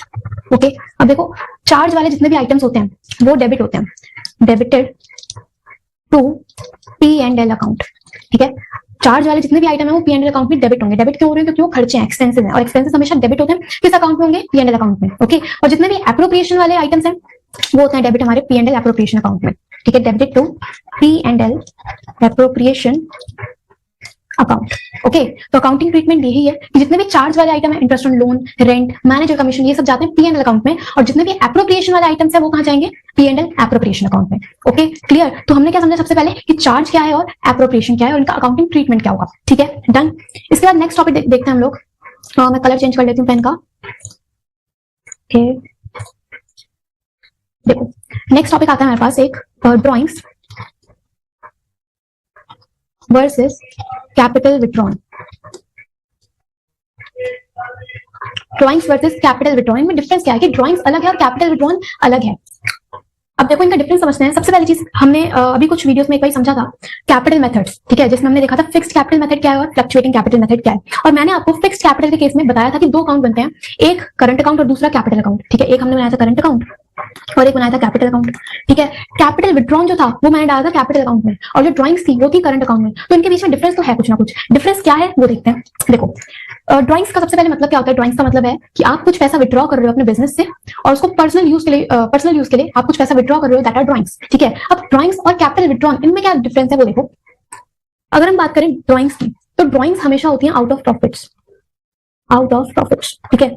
मतलब कि आपने अपने बिजनेस से जो प्रॉफिट हुआ है उसको विड्रॉ करा है अपने पर्सनल यूज के लिए, वो होती है ड्रॉइंग्स। ओके, और कैपिटल विड्रॉल क्या है, आउट ऑफ कैपिटल। मतलब इसका मतलब है कि आपने बिजनेस में जो पैसा लगाया था, जो कैपिटल कंट्रीब्यूट किया था, अगर आप उसे ही विड्रॉ कर लो उसे हम कहते हैं कैपिटल विड्रॉल, ठीक है। नॉर्मल अगर ड्रॉइंग्स लिखा है तो इसका मतलब आपने प्रॉफिट को विड्रॉ किया है, और अगर कैपिटल विड्रॉल लिखा है तो मतलब आपने जो पैसा कंट्रीब्यूट किया है, जो कैपिटल लगाया है फर्म में, आपने उसे ही विड्रॉ कर लिया है, वो होता है कैपिटल विड्रॉल, ठीक है। अब एक एग्जाम्पल से समझते हैं इसे। देखो सपोज करते हैं कि हमारा जो ओपनिंग कैपिटल है, ओपनिंग कैपिटल मतलब कि आपने फर्म में कितना पैसा लगाया था स्टार्टिंग में, वो सपोज है 1 लाख, ठीक है। 1 लाख कैपिटल है, आपने कुछ एडिशनल कैपिटल और इंट्रोड्यूस किया है, तो एडिशनल कैपिटल हम इसमें ऐड कर देते हैं, सपोज 50,000, ठीक है। और आपको प्रॉफिट हुआ है तो वो भी हमने इसमें ऐड कर दिया, प्रॉफिट हुआ सपोज 10,000। ओके, आप एक पार्टनर हो, पार्टनर ए। ओके, अब सपोज आपको रेंट देना है, ठीक है, रेंट देना है सपोज 5,000। ओके, अब रेंट देने के लिए आपने कुछ पैसा विड्रॉ किया अपने बिजनेस से, ठीक है, क्योंकि रेंट आपका एक अपना खर्चा है जो आपको देना है, ठीक है। आपका पर्सनल पर्पस के लिए आप पैसा विड्रॉ कर रहे हो, रेंट देना है आपको अपने हाउस का, तो इसलिए आप पैसा विड्रॉ करोगे, तो यहाँ पे हम माइनस करेंगे ड्रॉइंग्स, ठीक है। अगर इसका हम टोटल कर लें तो आ जाएगा 1,60,000, और हमने रेंट देना है सपोज 5,000, ठीक है, तो ये बन गया 155। तो अगर हम देखें ये जो 5,000 की ड्रॉइंग्स हुई हैं ये किस में से हुई हैं, ये इस प्रॉफिट में से ही हुई हैं, इस प्रॉफिट में से। ये हमने जो 5,000 रुपए निकाले हैं रेंट देने के लिए, ये हमने इस प्रॉफिट में से ही निकाले हैं, ठीक है। ये जो लास्ट में आपके पास क्लोजिंग कैपिटल बचा है, इसमें 1,50,000 का तो आपका टोटल कैपिटल है, और जो 5,000 रह गए वो प्रॉफिट है, ठीक है। तो एक बार फिर से समझते हैं इसी को। हमारे पास ओपनिंग कैपिटल है 1 लाख, ठीक है, आपने कुछ और कैपिटल कंट्रीब्यूट करा है 50,000, और आपकी फर्म को हुआ है प्रॉफिट 10,000 का, ठीक है। तो अगर हम इसका टोटल करें तो ये बनता है 1,60,000। ओके, फिर आपने कुछ पैसा विड्रॉ करा है अपने हाउस का रेंट पे करने के लिए, जिसको हम ड्रॉइंग कहते हैं, ठीक है। तो ड्रॉइंग से अगर आपने पैसा निकाला है, आपने अगर ड्रॉइंग की है तो पैसा निकालोगे तो यहाँ से माइनस करोगे 5,000। ओके, तो हमारे पास आएगा 1,55,000। ये क्या हो गई हमारी क्लोजिंग कैपिटल। ये फॉर्मूला हमने पढ़ा 11th में, ठीक है। अब अगर हम इस फॉर्मूले इसको समझें अगर अच्छे से, तो हमें यहाँ से क्या दिख रहा है वो मैं आपको समझाती हूँ। देखो ये जो 1,55,000 है, इसमें 150 तो कैपिटल है, ठीक है। ये कैपिटल 150 कहां से आया, 1 लाख का ओपनिंग कैपिटल और 50,000 का एडिशनल कैपिटल, ठीक है। और जो बाकी का 5,000 रह गया वो क्या है, प्रॉफिट, ये वाला प्रॉफिट। मतलब ये जो आपने ड्रॉइंग्स की हैं, जो आपने रेंट दिया है, ये इस प्रॉफिट में से ही दिया है, तो आपने प्रॉफिट को विड्रॉ किया है, इसे हम कहते हैं ड्रॉइंग्स, ठीक है। समझ में आया। अब एक और एग्जांपल लेते हैं। अब सपोज करो ओपनिंग कैपिटल वही 1 लाख, एडिशनल कैपिटल है हमारे पास 50,000, और इस बार फर्म को हो गया लॉस, ठीक है। लॉस हुआ है सपोज 10,000 का, ठीक, 10,000 का हो गया लॉस। ओके, तो हमारे पास कैपिटल आया 140। ठीक है, अब रेंट तो आपको फिर भी देना है, उसके लिए आप पैसे तो विड्रॉ करोगे क्योंकि रेंट तो देना है, वो तो चार्ज है। ठीक है, चार्ज अभी हमने पीछे पढ़ा, रेंट देना ही होगा, चाहे फर्म को प्रॉफिट हो चाहे लॉस हो, तो उसके लिए आप पैसा विड्रॉ करोगे और रेंट का अमाउंट है 5,000। ओके, 5,000 यहाँ से हटाओ तो ये बचा 135। ठीक है, अब अगर हम देखें ये जो 5,000 हमने विड्रॉ करे हैं, क्या ये हमने लॉस में से करे हैं? नहीं, ये जो पैसा हमने निकाला है हमने कैपिटल में से निकाला है। ठीक है, ये हमने पैसा किसमें से निकाला है? कैपिटल में से निकाला है। ओके, ठीक है, तो अगर हम इसको फिर से देखें तो इस 135 में 1 लाख का आपका ओपनिंग कैपिटल है, अगर हम कंसीडर करें कैपिटल ही ले लेते पूरा, तो 1 लाख ओपनिंग कैपिटल। ठीक, और इस 50,000 में से आपने 5,000 विड्रॉ करें तो कितना आया? 45,000। ठीक है, और लॉस था हमें 10,000 का, तो ये कितना बन गया? 135। ठीक है, तो ये जो हमने पैसा विड्रॉ करा है हमने कैपिटल में से किया है, क्योंकि प्रॉफिट तो हुआ ही नहीं फर्म को। ठीक है, और अगर प्रॉफिट होता और सपोज प्रॉफिट 2,000 का होता तब भी हमें 5,000 देने हैं रेंट, तो हम पैसा किस में से विड्रॉ करते हैं? कैपिटल में से। डिफरेंस समझ रहे हो मैं क्या कह रही हूँ? कि जितनी भी ड्राइंग्स होंगी वो प्रॉफिट में से की जाती है। ओके, और जो कैपिटल विड्रॉ होता है मतलब आपने जो पैसा कंट्रीब्यूट किया, जो कैपिटल लगाया फर्म में पैसा लगाया, आप उससे विड्रॉ कर रहे हो, वो होता है कैपिटल विड्रॉ। ओके, और इसीलिए जब हम फिक्स कैपिटल मेथड यूज करते हैं तो करंट अकाउंट में ड्राइंग्स जाती है और कैपिटल विड्रॉ जाता है हमारे कैपिटल अकाउंट में। क्यों? क्योंकि वो कैपिटल पे इंपैक्ट डाल रहा है। ठीक है, तो अगर आपसे कोई कह रहा है कि कैपिटल विड्रॉ और ड्राइंग सेम है तो नहीं, there is a difference. Okay, समझ में आया? तो आई होप आप लोगों को आज की वीडियो के टॉपिक्स क्लियर हुए होंगे। हमने सबसे पहले समझा कि चार्ज अगेंस्ट प्रॉफिट क्या है। ठीक है, उसके हमने एग्जांपल देखे, interest on loan, rent payable, manager commission. उसके बाद हमने देखा एप्रोप्रिएशन क्या होती है। ठीक है, क्या अकाउंटिंग ट्रीटमेंट होगा, अगर चार्ज है तो वो पीएनएल अकाउंट में डेबिट होगा, और अगर एप्रोप्रिएशन है तो वो पीएनएल एप्रोप्रिएशन अकाउंट में डेबिट होगा। ठीक है, उसके बाद हमने देखा कैपिटल विड्रॉ और ड्राइंग्स के बीच में डिफरेंस। ड्राइंग्स हमेशा प्रॉफिट में से की जाती है और कैपिटल विड्रॉ हमेशा कैपिटल में से किया जाता है। क्लियर? ठीक है, तो हम क्वेश्चन करेंगे related to PNL, appropriation account and capital account, जब आपके कैपिटल फिक्स्ड है और जब आपके कैपिटल फ्लक्चुएटिंग है, तो दोनों ही केस से रिलेटेड क्वेश्चन होगा। बेसिक क्वेश्चन से आपको पता चलेगा कि ये दोनों अकाउंट किस तरह से प्रिपेयर होते हैं। तो चलो स्टार्ट करते हैं। तो क्वेश्चन हमारा ये रहा और क्वेश्चन करते हैं और साइड बाय साइड क्वेश्चन करके चलेंगे, इसका आंसर करेंगे। ठीक है, देखो क्या लिखा है, A and B are partners with capital 60,000 and 20,000। A और बी दो पार्टनर्स हैं जिनका कैपिटल आपको गिवन है 60,000 और 20,000 ऑन 1 अप्रैल 2018। ठीक है, इसके बाद नेट प्रॉफिट दिया है हमें 24,000। इसके बाद लिखा है the partnership deed provides for the following. First, B is entitled to a salary of 6,000 per annum, मतलब कि हमें बी को सैलरी देनी है 6,000 रुपए पर एनम, यानी कि पूरे साल की। ठीक है, इसके बाद इंटरेस्ट ऑन कैपिटल हमें देना है, इंटरेस्ट ऑन ड्राइंग्स हमें चार्ज करना है पार्टनर से। इसके बाद दिया है the drawing of the partners A and B were 6,000 and 4,000, तो आपको ड्राइंग्स का अमाउंट बता दिया है। उसके साथ साथ interest on drawing for A being ₹200 and for B ₹100, मतलब कि हमें यहाँ पे इंटरेस्ट ऑन ड्राइंग कैलकुलेट करने की नीड नहीं है, आपको क्वेश्चन में ऑलरेडी दिया हुआ है। ठीक है, हमें क्या करना है, show how profit will be divided between A and B, किस तरह से आपको प्रॉफिट का डिस्ट्रीब्यूशन शो करना है, यानी कि हमें P and L appropriation account बनाना है, and also show the capital account of the partners if they are fixed and if they are fluctuating. तो दोनों ही मेथड से हमें क्वेश्चन करना है। ठीक है, सबसे पहले स्टार्ट करते हैं P and L appropriation account के साथ। तो इधर हम बनाएंगे सबसे पहले फॉर्मेट और इधर लिखेंगे सेंटर में P and L appropriation account, ये है आपकी क्रेडिट साइड और ये हो गई डेबिट साइड। इधर लिखेंगे पर्टिकुलर्स अमाउंट, पर्टिकुलर्स अमाउंट। ठीक है, अब P and L appropriation account होता क्या है, तो इस पर ऑलरेडी एक वीडियो बनाई है मैंने, एक डिस्कशन कर लेते हैं। देखो P and L appropriation account firm के पॉइंट ऑफ व्यू से बनेगा। दूसरी चीज ये एक नॉमिनल अकाउंट है, तो मतलब नॉमिनल अकाउंट के रूल के अकॉर्डिंगली जितने भी खर्चे जितने भी लॉसेस होंगे वो डेबिट होते हैं और जितने भी इनकम या गेन होंगे वो क्रेडिट हो जाएंगे। ठीक है, अब स्टार्ट करते हैं। तो फॉर्मेट के अकॉर्डिंगली सबसे पहले आप यहाँ पे लिखते हो बाय नेट प्रॉफिट। ठीक है, ये नेट प्रॉफिट आपको क्वेश्चन में गिवन है, जो बेसिकली हमने पी एंड एल अकाउंट जो होता है प्रॉफिट एंड लॉस अकाउंट, वहीं से इसे आगे हमने इसमें फॉरवर्ड किया है। ठीक है, तो हमें दे रखा है 24,000 का नेट प्रॉफिट, तो यहाँ लिखेंगे 24,000। इसके बाद दिया है हमें क्या, B is entitled to a salary of 6,000 per annum. अब देखो सैलरी जो है वो फर्म के लिए एक एक्सपेंस है। ठीक है, फर्म के लिए खर्चा है, और अभी बताया कि नॉमिनल अकाउंट के अकॉर्डिंगली जितने भी एक्सपेंसेस होंगे वो डेबिट होंगे। ठीक है, तो हम यहाँ पे डेबिट साइड में लिखेंगे टू सैलरी और ब्रैकेट में लिख दो बी 6,000। ठीक है, इसके बाद आपको दिया है interest on capital is to be allowed 6% per annum, आपको इंटरेस्ट ऑन कैपिटल देना है पार्टनर्स को। इंटरेस्ट ऑन कैपिटल क्या होता है कि जब भी पार्टनर फर्म में पैसा लगाएंगे, कैपिटल कंट्रीब्यूट करेंगे, तो उसमें उन्हें इंटरेस्ट मिलता है, जो कि फर्म के लिए अगेन एक एक्सपेंस है। तो यहाँ पे हम लिखेंगे to interest on capital A और बी, और यहाँ पे हम बाहर टोटल करके लिख देंगे। ठीक है, अब देखो किस तरह से कैलकुलेट होगा, 6% के अकॉर्डिंगली देना है और उनका कैपिटल है 60,000 एंड 20,000। ठीक है, तो हम यहाँ पे निकालते हैं, ए का आएगा 60,000 उसका कैपिटल है और 6% के अकॉर्डिंगली तो ये बन जाएगा 3,600।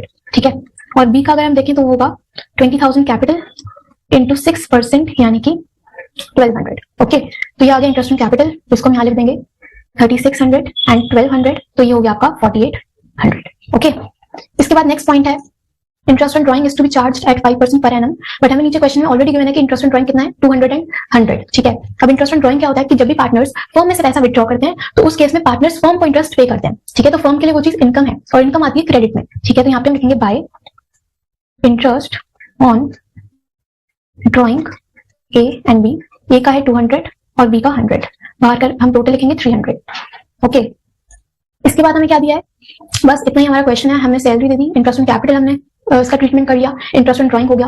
अब बस हमें बैलेंसिंग फिगर निकालनी है जो कि होगा आपका प्रॉफिट। ठीक है, तो हम यहाँ पे लिखेंगे, इसका टोटल करो, ये आएगा 24,300। हमने क्रेडिट साइड का टोटल किया, अब इसमें से हम डेबिट साइड के आइटम्स को माइनस कर देंगे, जो कि होगा आपके पास 24,300 माइनस 4,800 माइनस 6,000। तो जब हम क्रेडिट साइड के आइटम्स में से माइनस करेंगे डेबिट साइड के आइटम्स, तो आपके पास अमाउंट आएगा यहाँ पे 13,500। ठीक है, और ये होता है हमारा प्रॉफिट। इधर लिखेंगे to profit transferred A is capital account, B is capital account, और इसको हम रेशियो में डिस्ट्रीब्यूट करेंगे। बट क्वेश्चन में आपको कोई भी रेशियो गिवन नहीं है, तो अगर कुछ भी रेशियो गिवन नहीं है तो आपको ये 1:1 यानी कि इक्वली डिस्ट्रीब्यूट करना है। ठीक है, तो 13,500 को जब हम इक्वली डिस्ट्रीब्यूट करेंगे तो ये आ जाएगा 6,750। ठीक है, ये कैसे आया ये भी देख लेते हैं। तो हमने करा है 13,500 का को 1:1 में डिवाइड करना है, यानी कि ए लेके जाएगा कितना 13,500 का 1/2 जो कि 6,750, और इतना ही बी का भी होगा। ठीक है, इक्वल डिस्ट्रीब्यूशन करना है। ओके, तो इस तरह से हमारा P&L एप्रोप्रिएशन अकाउंट बन गया, और इस अकाउंट को बनाने का पर्पस ही क्या है कि ये जो प्रॉफिट निकला है ये हमें कैलकुलेट करना है, जैसे हम कहते हैं डिविजिबल प्रॉफिट। Okay, clear. ठीक है, तो हमने फर्स्ट पार्ट कर लिया। इसके बाद आपको दिया है कि हमें पार्टनर्स कैपिटल अकाउंट प्रिपेयर करना है जब कैपिटल फिक्स्ड है और जब कैपिटल फ्लक्चुएटिंग है, तो दोनों ही केस में करना है। तो स्टार्ट करते हैं। सबसे पहले लेते हैं कि अगर आपका कैपिटल फ्लक्चुएटिंग है तो कैसे होगा।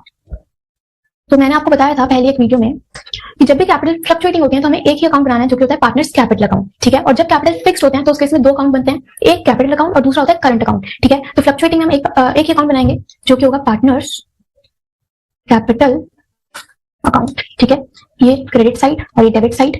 इधर हम लिखेंगे पर्टिकुलर्स पार्टनर ए और पार्टनर बी, पर्टिकुलर्स पार्टनर ए पार्टनर बी। ठीक है, स्टार्ट करते हैं। सबसे पहले कैपिटल अकाउंट के हम बैलेंसेस यहाँ पे लिखेंगे।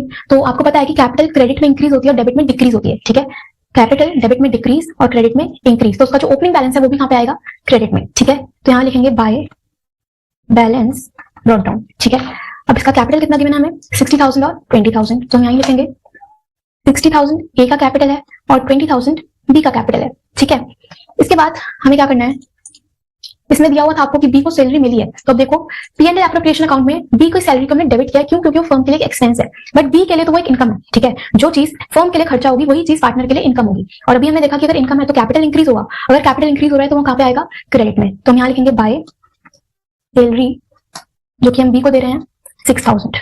ओके, इसके बाद पार्टनर को इंटरेस्ट ऑन कैपिटल मिला है जो कि अगेन एक इनकम है, कैपिटल को इंक्रीज करेगा, तो यहीं पे आएगा bye interest on capital 3,600 and 1,200। Okay, इसके बाद क्या दिया था हमें इंटरेस्ट ऑन ड्राइंग्स, तो इंटरेस्ट ऑन ड्राइंग हम पार्टनर से चार्ज करते हैं, पार्टनर के लिए एक एक्सपेंस है, तो यहाँ पे आ जाएगा to interest on drawing 200 and 100। ठीक है, इसके बाद क्या था हमारे पास क्वेश्चन में, क्वेश्चन में हमें ड्राइंग्स गिवन है 6,000 और 4,000, वो अगेन यहीं पे आएंगे, क्यों, क्योंकि ड्राइंग अगर आपने की है तो कहीं ना कहीं आपका कैपिटल कम हो रहा है। ओके, तो यहाँ पे लिखो टू, तो यहाँ लिखेंगे हम लोग टू ड्राइंग्स 6,000 एंड 4,000। ठीक है, इसके बाद आपको क्वेश्चन में दिया हुआ था, बस इतना ही है। अब हम देखेंगे कि हमने जो प्रॉफिट निकाला था इसको भी पार्टनर के कैपिटल में ऐड कर देंगे। ठीक है, तो यहीं लिखेंगे बाय P&L, तो इधर हम लिखेंगे P&L एप्रोप्रिएशन, और ये हो गया आपका प्रॉफिट। ठीक है, जो कि हमने निकाला है 6,750। ओके, ये हो गया। अब हमें क्या करना है, बस हमें बैलेंसिंग करनी है। तो आप क्रेडिट साइड के आइटम्स को टोटल करो, तो ये आ जाएगा हमारे पास कितना 60,000 प्लस 3,600 प्लस 6,750, जो कि आएगा 7,0350। ओके, 7,0350, तो ये आ जाएगा आपके पास 7,0350 माइनस 200 माइनस 6,000। ठीक है, तो इधर आएगा 6,4,150, इधर हम लिखेंगे टू बैलेंस कैरिड डाउन यानी कि क्लोजिंग। ठीक है, अब बी का टोटल करेंगे, क्रेडिट साइड का तो आएगा 20,000 प्लस 6,000 प्लस 1,200 प्लस 6,750, जो कि बनता है 33,950। इसमें से डेबिट साइड के आइटम्स को माइनस करेंगे, तो माइनस करो 100 माइनस 4,000, जो कि आएगा 29,850। ओके, ये हो गया इसके क्लोजिंग कैपिटल। ठीक है, क्लियर। तो इस तरह से हमारा प्रिपेयर होता है partners capital account in case when capitals are fluctuating. ठीक है, इसके बाद आगे बढ़ते हैं। अब हम करते हैं सेकंड केस, जब आपके कैपिटल फिक्स्ड है, तो जब भी कैपिटल फिक्स्ड होते हैं तो दो अकाउंट बनते हैं, एक करंट अकाउंट, दूसरा कैपिटल अकाउंट, ठीक है। तो हम सेकंड केस कर रहे हैं जब कैपिटल फिक्स्ड है। ओके, इधर हम बनाएंगे capital account, partners capital account, ठीक है। Particulars A B, particulars A and B, ठीक है। ये होगी क्रेडिट साइड और ये डेबिट साइड। नीचे हम बनाएंगे partners current account, again particulars A B, particulars A and B, ठीक है। स्टार्ट करते हैं। देखो, फिक्स्ड कैपिटल के केस में जो पार्टनर्स कैपिटल अकाउंट है उसमें बस चार चीजें आती हैं, एक ओपनिंग बैलेंस, दूसरा एडिशनल कैपिटल, तीसरा होता है अगर आपने कैपिटल विड्रॉ किया है वो, और लास्ट में बैलेंस निकालते हैं, क्लोजिंग बैलेंस, ठीक है। तो इस क्वेश्चन में आपको कैपिटल के ओपनिंग बैलेंस गिवन थे, तो यहाँ पे हम लिखेंगे बाय बैलेंस ब्रॉट डाउन, जो कि थे 60,000 एंड 20,000, ठीक है। इसके बाद हमें क्या दिया था क्वेश्चन में, एडिशनल कैपिटल इसमें है नहीं, कैपिटल विड्रॉन भी नहीं है, तो बस हम बैलेंस निकालेंगे, क्लोजिंग बैलेंस। यहाँ लिखेंगे हम लोग to balance carried down 60,000 and 20,000, ठीक है। तो नीचे टोटल करके भी लिख सकते हो आप इसे।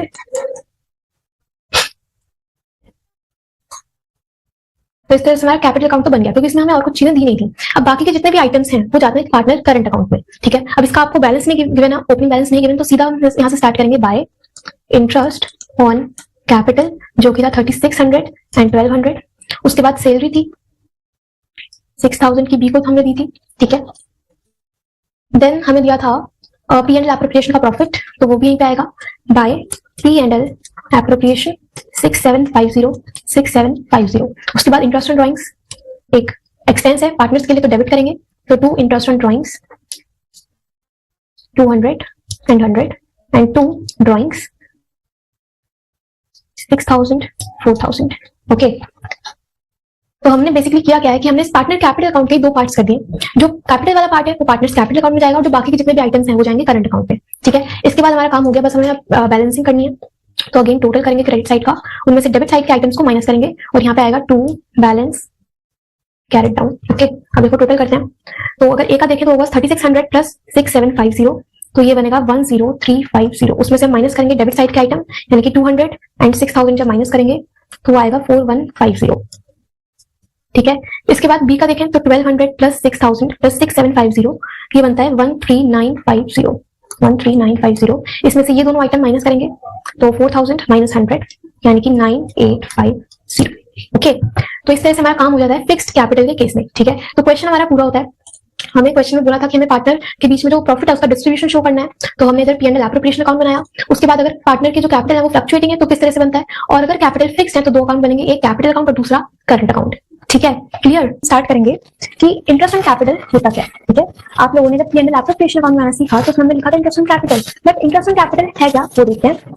देखो, सपोज ये एक फर्म है, ये एक फर्म है और दो पार्टनर्स हैं, ठीक है, पार्टनर ए और पार्टनर बी, ठीक है। इन दोनों ही पार्टनर्स ने इस फर्म में कुछ पैसा लगाया यानी कि कैपिटल, ओके। दोनों ने कुछ पैसा कंट्रीब्यूट किया जिसे हम कहते हैं कैपिटल। अब इन्होंने जो पैसा लगाया है तो ये फर्म से बोलेंगे कि आप हमें इस पे इंटरेस्ट दो, ठीक है। अब इस कैपिटल पे फर्म जो ने इंटरेस्ट देगी उसे हम कहते हैं इंटरेस्ट ऑन कैपिटल, ठीक है। पार्टनर्स ने फर्म में पैसा कंट्रीब्यूट किया है तो उस पर जो इंटरेस्ट मिलेगा उसे हम कहते हैं इंटरेस्ट ऑन कैपिटल, ठीक है। जिस तरह से आप बैंक में पैसा रखते हो, आप किसी कंपनी में पैसा लगाते हो तो वहां से आपको रिटर्न मिलता है, इसी तरह अगर आप एक फर्म में as a partner capital contribute कर रहे हो तो वहां पे आपको क्या मिलता है, इंटरेस्ट ऑन कैपिटल, ठीक है। इस इंटरेस्ट ऑन कैपिटल को कैलकुलेट करने के लिए हमारे पास अलग अलग केसेस होते हैं, ठीक है। उन केसेस को समझना और उस पर बेस्ड ऑन क्वेश्चन करेंगे, ठीक है। चलो स्टार्ट करते हैं। यहाँ लिखेंगे हम केसेस आईओसी, ठीक है, ओके। चलो पहला केस हम बनाते हैं, when partnership deed does not exist, ठीक है। अगर पार्टनरशिप डीड है ही नहीं तो इंटरेस्ट ऑन कैपिटल होगा या नहीं होगा, कैसे कैलकुलेट होगा। तो देखो, अगर पार्टनरशिप डीड नहीं है तो उस केस में no IOC will be given, ठीक है। ये तो हमने फर्स्ट वीडियो में ही पढ़ा था, फर्स्ट जब हमने मैंने इसकी वीडियो अपलोड की थी तो आपको बताया था rules in the absence of partnership deed. अगर डीड ही नहीं है तो हम इंटरेस्ट ऑन कैपिटल देंगे ही नहीं, ठीक है, सही। इसके बाद second case, when there is a partnership deed but no provision for IOC is made, IOC is interest on capital, ठीक है, आपको फुल फॉर्म यूज करना। अब क्या है कि पार्टनरशिप डीड तो है, ठीक है, हमने डीड तो बनाई है, लेकिन उसमें इंटरेस्ट ऑन कैपिटल से रिलेटेड कोई भी प्रोविजन नहीं है, ठीक है, तो उस केस में इंटरेस्ट ऑन कैपिटल देंगे क्या? नहीं देंगे। तो इस केस में भी no IOC will be given, ठीक है, सही। तो दो केसेस हो गए, एक अगर पार्टनरशिप डीड नहीं है तो उस केस में इंटरेस्ट ऑन कैपिटल नहीं दिया जाएगा, दूसरा डीड है बट हमने कोई प्रोविजन नहीं बनाया है तो उस केस में भी interest on capital will not be calculated, okay. अब थर्ड केस आता है, when there is a deed and also a provision for IOC is made. अब देखो थर्ड केस क्या है कि डीड भी है और इंटरेस्ट ऑन कैपिटल से रिलेटेड प्रोविजन भी है, ठीक है। और एक फोर्थ केस हम बनाएंगे यहाँ पे, फोर्थ केस हम लिखते हैं, when the partnership deed provides for interest on capital as a charge on profit, ठीक है। पार्टनरशिप डीड यहाँ पे भी है, इंटरेस्ट ऑन कैपिटल का प्रोविजन भी है, बट आपको यहाँ पे इंटरेस्ट ऑन कैपिटल को एज अ चार्ज कंसीडर करना, ठीक है। अब देखो थर्ड और फोर्थ केस हम अच्छे समझते हैं। इसमें था कि डीड है, प्रोविजन भी है, इंटरेस्ट ऑन कैपिटल से रिलेटेड, ठीक है। तो इसका मतलब क्या है कि यहाँ पे हम एप्रोप्रिएशन कंसीडर करेंगे, ठीक है। इधर हम जो इंटरेस्ट ऑन कैपिटल है उसको एक एप्रोप्रिएशन मानेंगे। एप्रोप्रिएशन समझते हो, हमने पीएनएल एप्रोप्रिएशन बनाया था, उसका पर्पस क्या था कि आप प्रॉफिट अगर होता है तो इंटरेस्ट ऑन कैपिटल आप देते थे, ठीक है। तो अगर डीड है, इंटरेस्ट ऑन कैपिटल से रिलेटेड प्रोविजन भी है, तो आप इंटरेस्ट ऑन कैपिटल को एज एन एप्रोप्रिएशन कंसीडर करोगे, ठीक है। एप्रोप्रिएशन का मतलब क्या होता है? एप्रोप्रिएशन का मतलब ये होता है कि आप वो आइटम, वो खर्चे तभी करोगे अगर आपके पास प्रॉफिट है, ठीक है। तो इस केस में सबसे पहले आप चेक करोगे द अवेलेबिलिटी ऑफ प्रॉफिट, ठीक है। आप चेक क्या करोगे? अवेलेबिलिटी ऑफ प्रॉफिट, ठीक है। अगर आपके पास प्रॉफिट सफिशिएंट हुआ तो आप इंटरेस्ट ऑन कैपिटल दोगे, ठीक है। और अगर प्रॉफिट इनसफिशिएंट है तो जितना प्रॉफिट होगा आप उसी को as interest on capital distribute करते हो, ठीक है। इसे बेस क्वेश्चन करेंगे। इसका मतलब क्या है कि डीड भी है, इंटरेस्ट ऑन कैपिटल से रिलेटेड प्रोविजन भी है और कुछ नहीं लिखा क्वेश्चन में कि वो चार्ज है या नहीं है, तो उस केस में हम मानेंगे कि इंटरेस्ट ऑन कैपिटल एक एप्रोप्रिएशन है और आप सबसे पहले ये देखोगे कि आपके पास प्रॉफिट इनफ है या नहीं है, ठीक है। फॉर एग्जाम्पल लेते हैं कि मुझे प्रॉफिट हुआ मेरी फर्म को 50,000, ठीक है, और मुझे इंटरेस्ट ऑन कैपिटल देना है 20,000, ठीक है। प्रॉफिट है 50,000, इंटरेस्ट ऑन कैपिटल देना है 20,000, तो मैं ये इंटरेस्ट बहुत इजीली दे सकती हूँ प्रॉफिट में से, ठीक है। ये हो गया केस नंबर 1। दूसरा, अगर प्रॉफिट 50,000 है बट इंटरेस्ट ऑन कैपिटल आपको देना है 55,000, ठीक है। प्रॉफिट तो 50,000 का हुआ है बट आपको इंटरेस्ट कितना देना है? 55,000, तो उस केस में प्रॉफिट सफिशिएंट नहीं है, ठीक है। तो हम क्या करेंगे, जो प्रॉफिट है 50,000 का, आप इसी को एक रेशियो में डिस्ट्रीब्यूट कर दोगे पार्टनर्स के अमाउंट, ओके। ये है इस पॉइंट का मतलब, ठीक है, कि अगर डीड है, प्रोविजन भी है, तो सबसे पहले आप देखोगे कि आपके पास प्रॉफिट सफिशिएंट है या नहीं है, ठीक है। कुछ नहीं मेंशन है कि वो चार्ज है या नहीं, ठीक, सही है। अब फोर्थ केस क्या है कि पार्टनरशिप डीड है और उसमें लिखा भी है इंटरेस्ट ऑन कैपिटल देना है, बट आपको इंटरेस्ट को एज अ चार्ज मानना है, ठीक है। चार्ज का मीनिंग क्या होता है? चार्ज का मतलब होता है कि वो आइटम्स, वो एक्सपेंसेस जो आपको करने हैं, चाहे आपकी फर्म को प्रॉफिट हो चाहे लॉस हो, ठीक है। अब मतलब क्या है कि प्रॉफिट भले ही हमारे पास इनसफिशिएंट हो, इनफ ना हो, तब भी आपको ये इंटरेस्ट देना होता है अगर वो एक चार्ज है, ठीक है। डिफरेंस यही है इस पॉइंट में कि इस केस में कुछ भी मेंशन नहीं था कि वो चार्ज है या नहीं, तो हमने कंसीडर करा एज एन एप्रोप्रिएशन, ठीक है। बट फोर्थ केस में लिखा हुआ है साफ साफ कि वो एक चार्ज है, तो उस केस में अगर प्रॉफिट नहीं भी होता है तब भी आपको इंटरेस्ट देना है, ठीक है, सही है। तो इस केस में क्या होता है? Interest on capital is to be given whether there is profit और लॉस, ठीक है। और चार्ज का आपको ट्रीटमेंट पता है कि हमेशा P&L अकाउंट में जाता है, ठीक है। मैंने चार्ज से रिलेटेड एक वीडियो बनाई थी, चार्ज और एप्रोप्रिएशन में डिफरेंस, तो आपको चेक कर सकते हो, ठीक है, ओके। इस केस में एक और चीज लिखते हैं कि अगर फर्म को लॉस हो जाता है, ठीक है, अगर है लॉस, तो उस केस में नो आईओसी इज अलाउड, ठीक है। मतलब चार्ज नहीं बोल रही मैं, है तो मतलब प्रॉफिट डीड है, इंटरेस्ट ऑन कैपिटल भी देना है, बट फर्म को प्रॉफिट की जगह लॉस हुआ है, तो उस केस में भी आप इंटरेस्ट नहीं देते, ठीक है, क्योंकि चार्ज नहीं है तो हम मानेंगे वो एप्रोप्रिएशन है, और एप्रोप्रिएशन का मतलब अगर प्रॉफिट होगा तो आप इंटरेस्ट ऑन कैपिटल देते हो, बट अगर लॉस है तो उस केस में भी इंटरेस्ट ऑन कैपिटल नहीं दिया जाएगा, ठीक है। बट अगर हम इंटरेस्ट ऑन कैपिटल को एज अ चार्ज मान रहे हैं, तो चार्ज के केस में तो अगर लॉस भी होता है तब भी आप इंटरेस्ट देते हो, कोई फर्क नहीं पड़ता, ठीक है, समझ में आया? तो ये थे इसके 4 केसेस।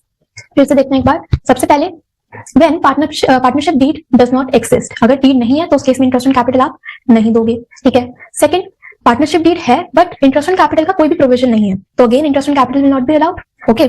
उसके बाद थर्ड केस था कि डीड भी है, इंटरेस्ट ऑन कैपिटल के रिलेटेड आपका प्रोविजन भी है और कुछ भी मेंशन नहीं है कि वो एप्रोप्रिएशन है या फिर चार्ज है, तो आप हमेशा कंसीडर करोगे कि वो एक एप्रोप्रिएशन है, ठीक है। और एप्रोप्रिएशन है तो सबसे पहले आप चेक करोगे कि कितना प्रॉफिट अवेलेबल है, उसके अकॉर्डिंगली दोगे, और अगर लॉस होता है फर्म को तो उस केस में इंटरेस्ट ऑन कैपिटल आप नहीं देते, ठीक है, सही। और लास्ट केस क्या है कि डीड तो है बट हमें इंटरेस्ट को एज अ चार्ज मानना है, तो चार्ज अगर है तो प्रॉफिट हो या ना हो, लॉस भी होगा तब भी आप इंटरेस्ट ऑन कैपिटल देते हो। ठीक है, क्लियर, सही है। तो इसके फोर केसेस होते हैं और आई होप आप लोगों को अच्छे से क्लियर हुए होंगे। ओके, अब इस पे ही बेस्ड हम क्वेश्चन करेंगे और एक कंप्लीट क्वेश्चन कर रहे हैं जिससे आपको हर एक केस में क्लैरिटी मिलेगी। ठीक है, तो स्टार्ट करते हैं। देखो क्वेश्चन क्या है, X and Y are partners sharing profit and losses in 2:3 with capitals 2 lakh and 1 lakh respectively। दो पार्टनर्स हैं X और Y, उनका रेशियो गिवन है 2:3, ठीक है, और कैपिटल है 2 लाख एंड 1 लाख। आपको डिस्ट्रीब्यूशन शो करना है प्रॉफिट का।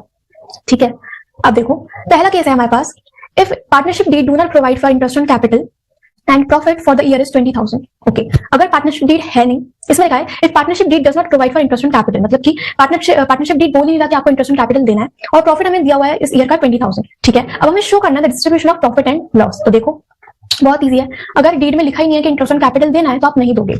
ठीक है, और जो प्रॉफिट बचा है उसे आप एज इट इज पार्टनर्स में डिस्ट्रीब्यूट कर दोगे। ठीक है, देखो हम लिखेंगे यहाँ पे 1, प्रॉफिट था 20,000। ठीक है, अगर हम एक normally interest on capital calculate भी करें तो देखो इंटरेस्ट ऑन कैपिटल निकलेगा कैसे, सबसे पहले x का निकालेंगे, ये x एंड y, x का कैपिटल है 2 लाख, ठीक है, और y का कैपिटल है 1 लाख। ओके, इस पे जो भी परसेंटेज होगी हम लगा के इंटरेस्ट ऑन कैपिटल कैलकुलेट कर लेंगे। ठीक है, अब देखो क्वेश्चन में क्या लिखा है कि पार्टनरशिप डीड ने बोला ही नहीं है कि इंटरेस्ट ऑन कैपिटल देना है, तो उस केस में आप नहीं दोगे कैपिटल पे इंटरेस्ट। ठीक है, और ये जो प्रॉफिट है उसे हम एज इट इज डिस्ट्रीब्यूट कर देंगे पार्टनर्स के अमाउंट। ठीक है, डिस्ट्रीब्यूशन के लिए हम अकाउंट बनाएंगे that is P&L appropriation account. Okay, तो फर्स्ट केस में बनाएंगे P&L appropriation account, particulars amount, particulars amount. ठीक है, हमें प्रॉफिट गिवन है, प्रॉफिट गिवन है तो हम यहां लिखेंगे बाय P&L अकाउंट। प्रॉफिट था हमारे पास 20,000। ठीक है, अब अगर इंटरेस्ट ऑन कैपिटल देना होता तो हम यहीं पे डेबिट में लिख देते हैं इंटरेस्ट ऑन कैपिटल। ठीक है, इतना तो आपको आता है, P&L एप्रोप्रिएशन हमने बनाना सीखा है, बट इस केस में इंटरेस्ट देना ही नहीं है, तो जो प्रॉफिट है हम इसे पार्टनर्स के बीच में डिस्ट्रीब्यूट करेंगे जिसे हम कहते हैं डिविजिबल प्रॉफिट। ओके, तो to profit transferred X and Y 20,000। अब इसको किस रेशियो में डिस्ट्रीब्यूट करेंगे वो आपको गिवन है 2:3। ठीक है, तो 20,000 का 2:3 अगर हम करें तो देखो X 20,000 रेशियो है 2:3 यानी कि 2/5 X का। ठीक है, और 20,000 का 3/5 Y का। ओके, तो ये कितना आएगा 20,000 इंटू 2/5 दैट विल बी 8,000 और 20,000 का 3/5 यानी कि 12,000। ओके, ये हम यहाँ लिख देंगे 8,000 एंड 12,000 यानी कि 20,000। ओके, ये था फर्स्ट केस जिसमें पार्टनरशिप डीड ने बोला ही नहीं है कि आपको इंटरेस्ट देना है, तो आप नहीं दोगे इंटरेस्ट ऑन कैपिटल, जितना भी प्रॉफिट है वो हम एज इट इज पार्टनर्स के बीच में डिस्ट्रीब्यूट कर देंगे। ओके, ठीक है, इसके बाद नेक्स्ट केस करते हैं, केस नंबर 2। देखो केस नंबर 2 है, if partnership deed provides for interest on capital at the rate of 6% per annum and loss is 15,000। मतलब इस बार डीड में लिखा तो है कि हाँ हमें 6% के अकॉर्डिंगली इंटरेस्ट देना है, बट फर्म को हुआ है लॉस। ठीक है, अब देखो कुछ भी मेंशन नहीं है कि वो चार्ज है या नहीं, तो हम मानेंगे ये एक एप्रोप्रिएशन है। ठीक है, अब एप्रोप्रिएशन के केस में मैंने आपको बताया कि अगर प्रॉफिट होगा तो हम इंटरेस्ट देंगे, बट इस बार तो फर्म को लॉस हुआ है तो इंटरेस्ट ऑन कैपिटल नहीं दिया जाएगा। ठीक है, यही वाला केस है, ये वाला, ये हमने यहाँ पे पढ़ा था ना अभी, लॉस वाला वो। ठीक है, अब देखो इसमें क्या करेंगे, लॉस हुआ है तो हम P&L एप्रोप्रिएशन अकाउंट नहीं बनाएंगे क्योंकि वो अकाउंट बनता है प्रॉफिट के डिस्ट्रीब्यूशन को शो करने के लिए, तो हम जितना भी लॉस है उसको हम P&L अकाउंट में ही डिस्ट्रीब्यूट कर देंगे। ठीक है, तो अब हम बनाएंगे प्रॉफिट एंड लॉस अकाउंट, और ये एक नॉमिनल अकाउंट होता है, तो जितने भी लॉसेज या एक्सपेंसेस होते हैं वो डेबिट होंगे। ठीक है, इसका पर्टिकुलर अमाउंट आप लोग लिखना प्लीज, वो फॉर्मेट का पार्ट है। ठीक है, हम लोग क्वेश्चन करते हैं, कॉन्सेप्ट बना रहे हैं, तो यहाँ पे हम लिखेंगे 2 लॉस, और लॉस हुआ है हमें कितना 15,000, तो इधर हम लिखेंगे 15,000। ठीक है, ये लॉस डेबिट क्यों हुआ है क्योंकि नॉमिनल अकाउंट होता है, नॉमिनल अकाउंट का रूल ही यही है। ठीक है, और जितना भी लॉस हम सिंपली से पार्टनर्स के बीच में डिस्ट्रीब्यूट करेंगे, तो यहाँ लिखो by loss transferred X and Y। Okay,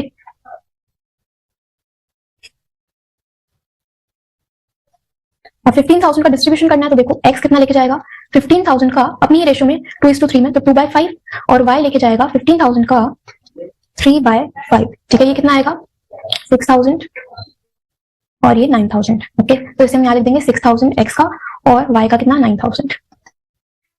okay, clear, second case भी डन।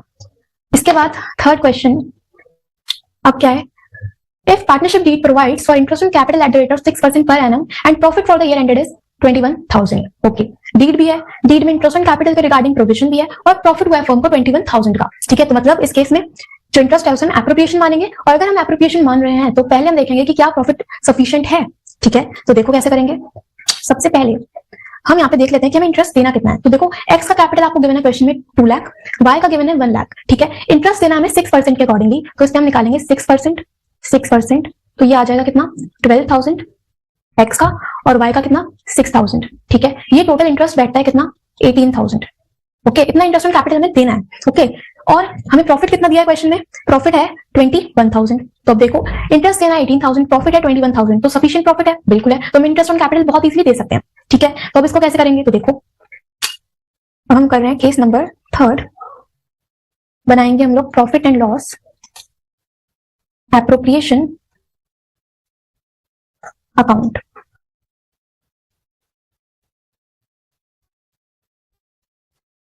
यहां पे लिखेंगे क्रेडिट में by net profit that is 21,000। Okay, अब देंगे हम इंटरेस्ट ऑन कैपिटल, तो 2 interest on capital X and Y. ठीक है, अभी हमने पीछे इंटरेस्ट ऑन कैपिटल निकाला, कितना आया था 12 एंड 6, तो यहां लिखोगे 12,000 6,000 यानी कि 18,000, तो आपने इंटरेस्ट दे दिया। ठीक है, अब देखो नेट प्रॉफिट था 21,000, इंटरेस्ट दिया आपने 18,000, तो बाकी का जो 3,000 बच गया उसे हम एज प्रॉफिट डिस्ट्रीब्यूट करेंगे। तो यहां लिखेंगे 2 profit transferred X and Y, कितना बचा 3,000, 21,000। ठीक है, और इस प्रॉफिट को हम डिस्ट्रीब्यूट करेंगे किसमें 2:3 में। ओके, तो 2:3 में अगर हम करेंगे तो क्या आएगा 3,000 का 2/5 विल बी 1200 और 3/5 होगा 1800। ओके, ठीक है, तो हमने क्या किया, नेट प्रॉफिट देखा, इंटरेस्ट ऑन कैपिटल दिया, जितना प्रॉफिट बच गया उसको हम उसी रेशो में जो उनकी पीएसआर गिवन है उसमें डिस्ट्रीब्यूट करेंगे, और इसी प्रॉफिट को हम कहते हैं डिविजिबल प्रॉफिट। ठीक है, लिख के नहीं आना, बस मैंने आपकी अंडरस्टैंडिंग के लिए बताया। ओके, ये हो गया 3rd केस। ठीक, इसके बाद आगे देखते हैं और क्या है। अब आता है 4th केस। 4th केस है हमारे पास, if deed provides for interest on capital at the rate of 6% per annum. ठीक है, एज अ चार्ज, इस बार हमें इंटरेस्ट को चार्ज मानना है। ठीक है, चार्ज कंसिडर करना है, और प्रॉफिट हमें गिवन है 20,000। ठीक है, चार्ज मानना है, प्रॉफिट गिवन है 20,000। अब अगर आपको किसी भी आइटम को अगर चार्ज कंसिडर करना है तो वो जाता है P&L अकाउंट में। ठीक है, प्रॉफिट एंड लॉस अकाउंट में हम इसको ट्रांसफर करेंगे, तो करते हैं जल्दी से। इधर हम बनाएंगे case number 4, profit and loss account.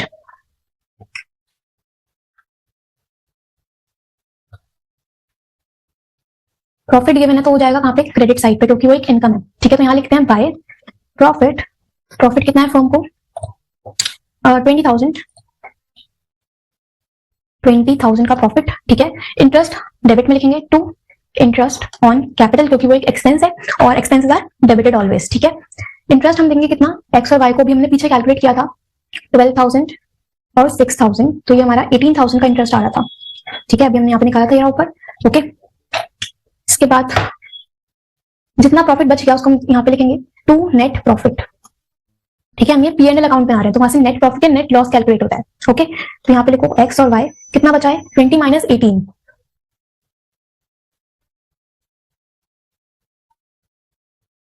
या फिर आप इसे सीधा सीधा यहाँ पे लिखते हैं। ओके,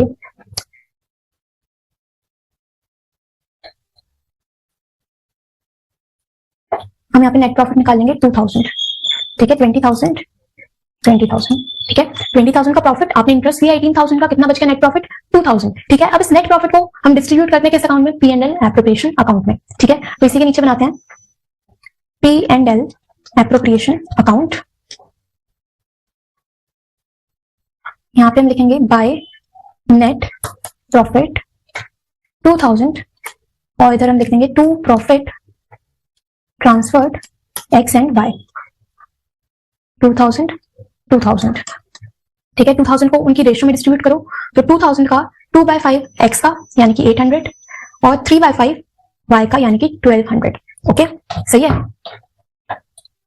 ठीक है, ये केस क्या था कि इंटरेस्ट ऑन कैपिटल तो देना है, बट आपने उसको कंसीडर किया है चार्ज। ठीक है, तो जब भी चार्ज मानोगे तो उसमें डालेंगे P&L अकाउंट में। याद रखना, चार्ज वाले आइटम्स हमेशा प्रॉफिट एंड लॉस अकाउंट में आएंगे। ठीक है, तो हमने वही किया है, प्रॉफिट आपको गिवन था। ठीक है, उसमें से आपने इंटरेस्ट ऑन कैपिटल दिया, जो बैलेंस बचा वो हो गया नेट प्रॉफिट। ठीक है, फिर इसी नेट प्रॉफिट को हमने डिस्ट्रीब्यूट किया है P&L एप्रोप्रिएशन अकाउंट में। ओके, सही है।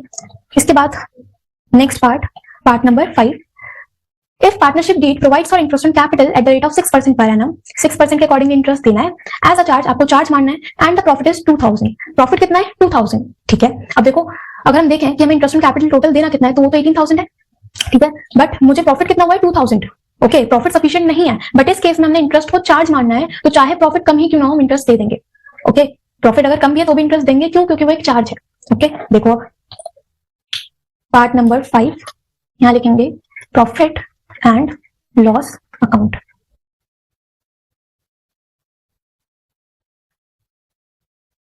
ओके, ये लिखेंगे बाय प्रॉफिट 2000, ठीक है, इधर डेबिट में 2 इंटरेस्ट ऑन कैपिटल एक्स का और वाई का 12000 एंड 6000 यानी कि 18000, ओके। अब देखो प्रॉफिट है 2000, आपने इंटरेस्ट दिया है 18000, ठीक है, तो यहाँ पे हम इसका टोटल करेंगे 18000, बैलेंस हमारा बच रहा है क्रेडिट साइड पे, जिसे हम कहेंगे लॉस बाय नेट लॉस, ठीक है। तो नेट लॉस कितना आएगा हमारा, देखो 18,000 माइनस 2000 यानी कि 16,000 का आ गया नेट लॉस, ठीक है, ओके।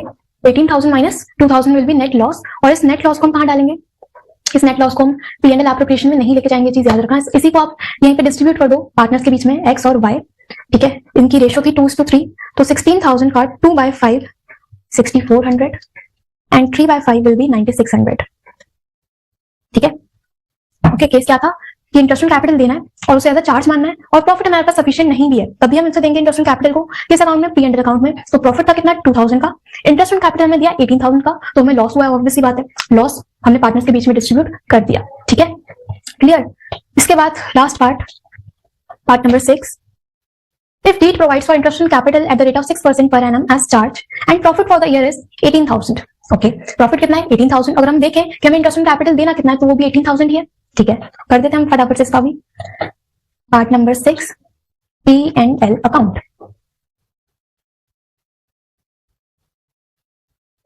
यहां लिखेंगे by profit 18,000 to interest on capital X and Y 12,000 and 6,000 यानी कि 18,000, ठीक है। तो इस केस में कोई भी बैलेंस नहीं बच रहा है, क्योंकि जितना प्रॉफिट था उतना ही आपने इंटरेस्ट ऑन कैपिटल भी दिया है, तो बस टोटल यहाँ पे लिख देंगे 18,000,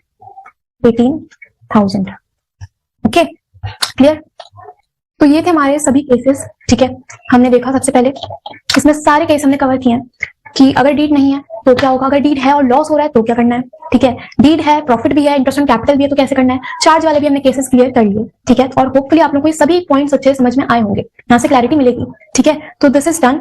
इसके बाद एक और क्वेश्चन करते हैं इस वीडियो में हम, और क्वेश्चन ये रहा, अब देखो केस क्या है, calculation of interest on capital when profit are inadequate. हमने अभी तक जितने भी क्वेश्चंस करे उसमें ये वाला पॉइंट नहीं आया कि आपको इंटरेस्ट ऑन कैपिटल देना है बट प्रॉफिट इनएडिक्वेट है, प्रॉफिट सफिशिएंट नहीं है, अगर तो कैसे करना है, चार्ज नहीं मानना है एप्रोप्रिएशन, बट अगर प्रॉफिट सफिशिएंट नहीं है तो कैसे होगा। मैंने आपको बताया था कि अगर इंटरेस्ट ऑन कैपिटल देना है वो एक एप्रोप्रिएशन है, बट अगर आपके पास प्रॉफिट इनफ नहीं है तो आप एक रेशियो में उन्हें डिस्ट्रीब्यूट कर देते हो, तो कैसे करना है वो देखते हैं। देखो क्वेश्चन करते हैं सीधा, क्वेश्चन है A and B have capitals of 4 lakh and 2 lakh respectively. दो पार्टनर्स हैं ए और बी, उनका कैपिटल है 4 लाख एंड 2 लाख, ठीक है। Interest on capital is to be allowed at 6% per annum, ठीक है। Profit sharing ratio is 2:3 and profit for the year is 30,000। Profit कितना देना है, सॉरी प्रॉफिट कितना है 30,000, ठीक है। आपको P&L एप्रोप्रिएशन अकाउंट प्रिपेयर भी करना है, ठीक है। तो सबसे पहले हम देखेंगे कि इसमें कुछ नहीं मेंशन नहीं है कि वो चार्ज है या नहीं है, तो ये एक एप्रोप्रिएशन है। एप्रोप्रिएशन अगर है तो आप सबसे पहले देखो कि प्रॉफिट इनफ है या नहीं है, ठीक है। तो उसके लिए हम देखते हैं कि इंटरेस्ट ऑन कैपिटल इनका बनता कितना है, तो यहाँ लिखो इंटरेस्ट ऑन कैपिटल एक्स का वाई का, ठीक है। एक्स का कैपिटल है 4 लाख, वाई का कैपिटल है 2 लाख, और इस पे कितना परसेंट इंटरेस्ट देना है 6%, तो 6/100, 6/100 ये कितना आएगा 24,000 और ये हो जाएगा 12,000, ठीक है। अगर हम टोटल इंटरेस्ट देखें तो ये बनता है 36,000, ठीक है। टोटल इंटरेस्ट देना है 36,000, बट अब देखो प्रॉफिट कितना है, प्रॉफिट है हमारे पास बस 30,000 का, प्रॉफिट कितना है 30,000 का, इंटरेस्ट देना है 36,000 का। अब सिंपल बात है, अगर एक एप्रोप्रिएशन है, एप्रोप्रिएशन का मतलब क्या है कि प्रॉफिट जितना होगा उतना ही वो एक्सपेंस कर सकते हो, तो अगर प्रॉफिट 30,000 है तो मैं 36,000 कहां से दूंगी, नहीं दे सकते, तो इस केस में इंटरेस्ट ऑन कैपिटल आप कितना दोगे, मैक्सिमम 30,000, ठीक है। कैसे करना है तो आप उसे देते हो कैसे, देखो मैं क्या करूंगी, मैं इंटरेस्ट ऑन कैपिटल की रेशियो निकालूंगी, ठीक है। इंटरेस्ट ऑन कैपिटल आया 24,000 और 12,000, तो अगर मैं इसकी रेशियो देखूं तो ये बनती है 2:1, ठीक है। तो अब ये जो प्रॉफिट है 30,000 का, मैं उसे 2:1 में डिस्ट्रीब्यूट कर देंगे। बात समझे? मतलब प्रॉफिट अगर अवेलेबल नहीं है तो जितना ही प्रॉफिट है आप पहले इंटरेस्ट ऑन कैपिटल निकालो, उनकी रेशियो निकालो और उस रेशियो में प्रॉफिट को डिस्ट्रीब्यूट कर दो, वही इंटरेस्ट ऑन कैपिटल हो जाएगा। ठीक है, सही। अब देखो करते हैं हम इसे, तो हम बनाएंगे profit and loss appropriation account.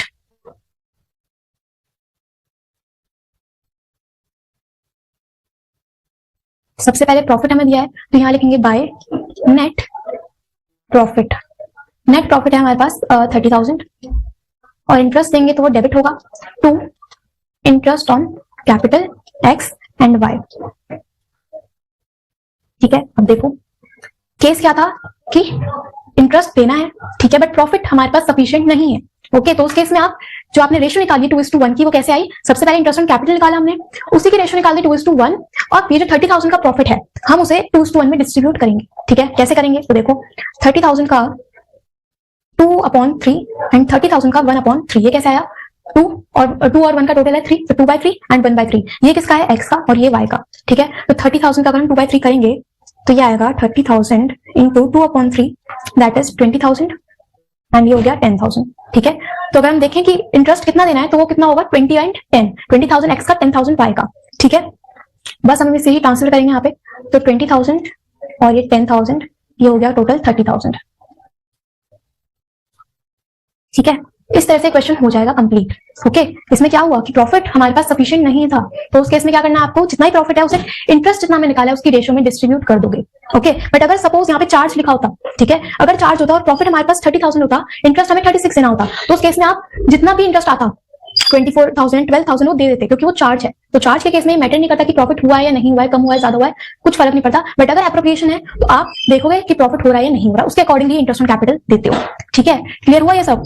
तो ये सारे हमारे केसेस हो जाते हैं कंप्लीट, और वीडियो थोड़ी सी लंबी हो सकती है बट सभी हमने अच्छे से क्लियर किया है और आई होप आप लोगों को टॉपिक्स अच्छे से समझ में आ गए होंगे। अब इसके बाद एक और नेक्स्ट वीडियो में डालेंगे इंटरेस्ट ऑन कैपिटल से रिलेटेड, जिसमें अगर ओपनिंग कैपिटल आपको गिवन नहीं है तो उससे रिलेटेड हम क्वेश्चन करेंगे। इस वीडियो में हमने बेसिक केसेस हमने कंप्लीट करे हैं, एक और वीडियो आएगी उसमें इंटरेस्ट ऑन कैपिटल को हम कंप्लीट कर लेंगे। ओके, क्लियर हुआ? तो एक बार देख लो हमने क्या क्या किया आज। ये 2 केसेस हमारे ये रहे, उसके बाद 3rd case, then we have this 4th case. ठीक है, उसके बाद हमने क्वेश्चन किया है कंप्लीट क्वेश्चन, जिसमें हमने सभी केसेस कवर किए इंपॉर्टेंट। ओके, और ये वाला टॉपिक भी इंपॉर्टेंट है कि अगर प्रॉफिट्स इनएडिक्वेट हैं तो किस तरह से आप ट्रीटमेंट करते हो।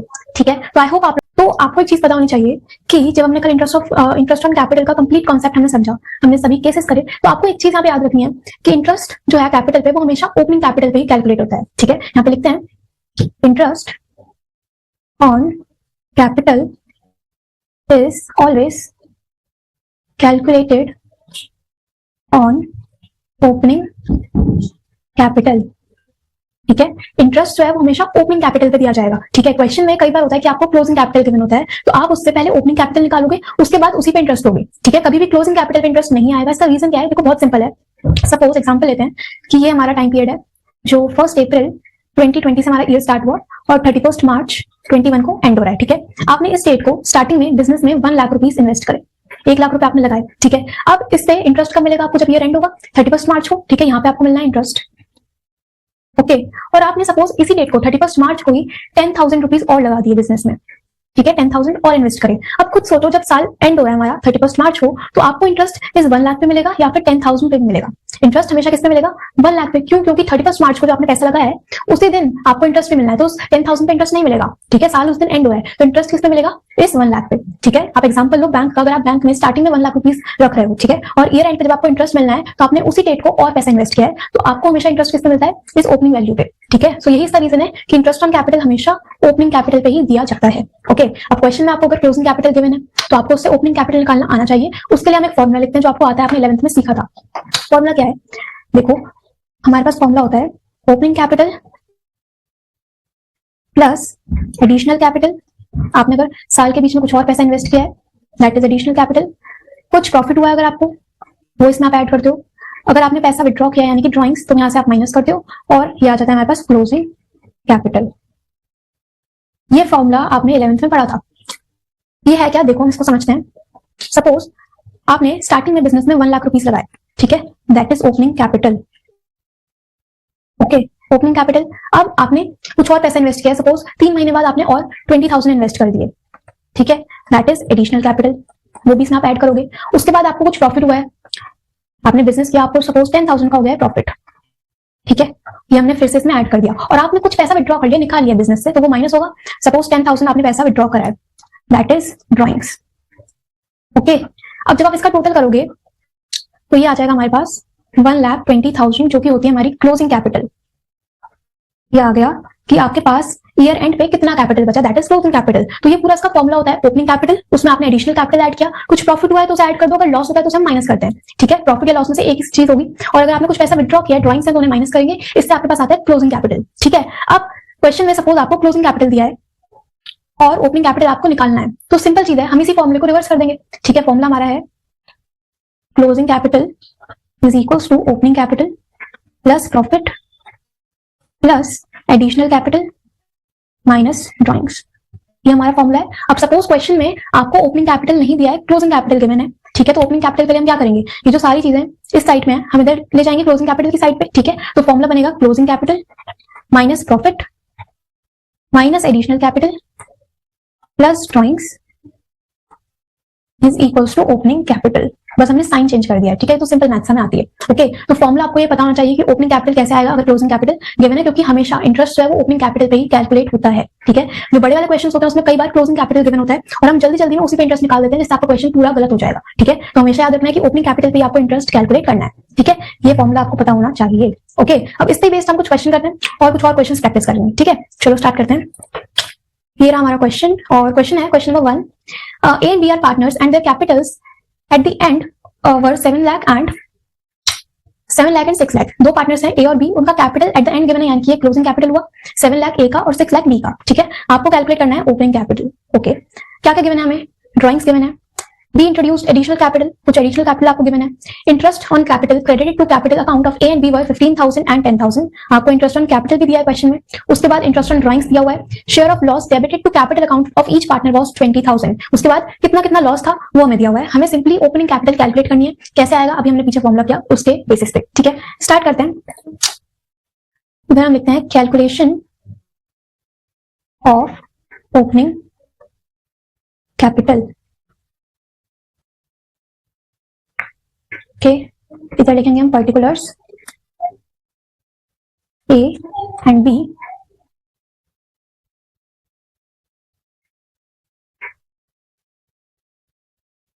ओके। तो फॉर्मूला हमारा क्या था, ये हमारा फॉर्मूला। आपको क्लोजिंग कैपिटल दिया है क्वेश्चन में, प्रॉफिट भी दिया है, प्रॉफिट की जगह लॉस दिया है क्वेश्चन में। उसके बाद कुछ एडिशनल कैपिटल गिवन है, ड्राइंग्स गिवन है, हमें इंटरेस्ट गिवन है कैपिटल पे और ड्राइंग्स पे। तो देखो करते हैं हम स्टार्ट। सबसे पहले हम लिखेंगे क्लोजिंग कैपिटल, ठीक है।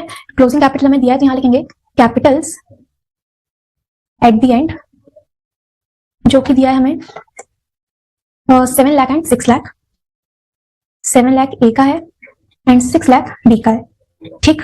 इसके बाद drawings of A and B 75,000 and 50,000, drawings given है। अब देखो ड्राइंग्स हमें क्या करनी है, ड्राइंग्स हम इसमें ऐड कर देंगे क्योंकि हमें ओपनिंग कैपिटल पे जाना है, ठीक है। तो ड्राइंग्स है 75,000 एंड 50,000, तो 75,000 ए का एंड 50,000 बी का, ये है ड्राइंग्स, तो ऐड करो ड्राइंग्स।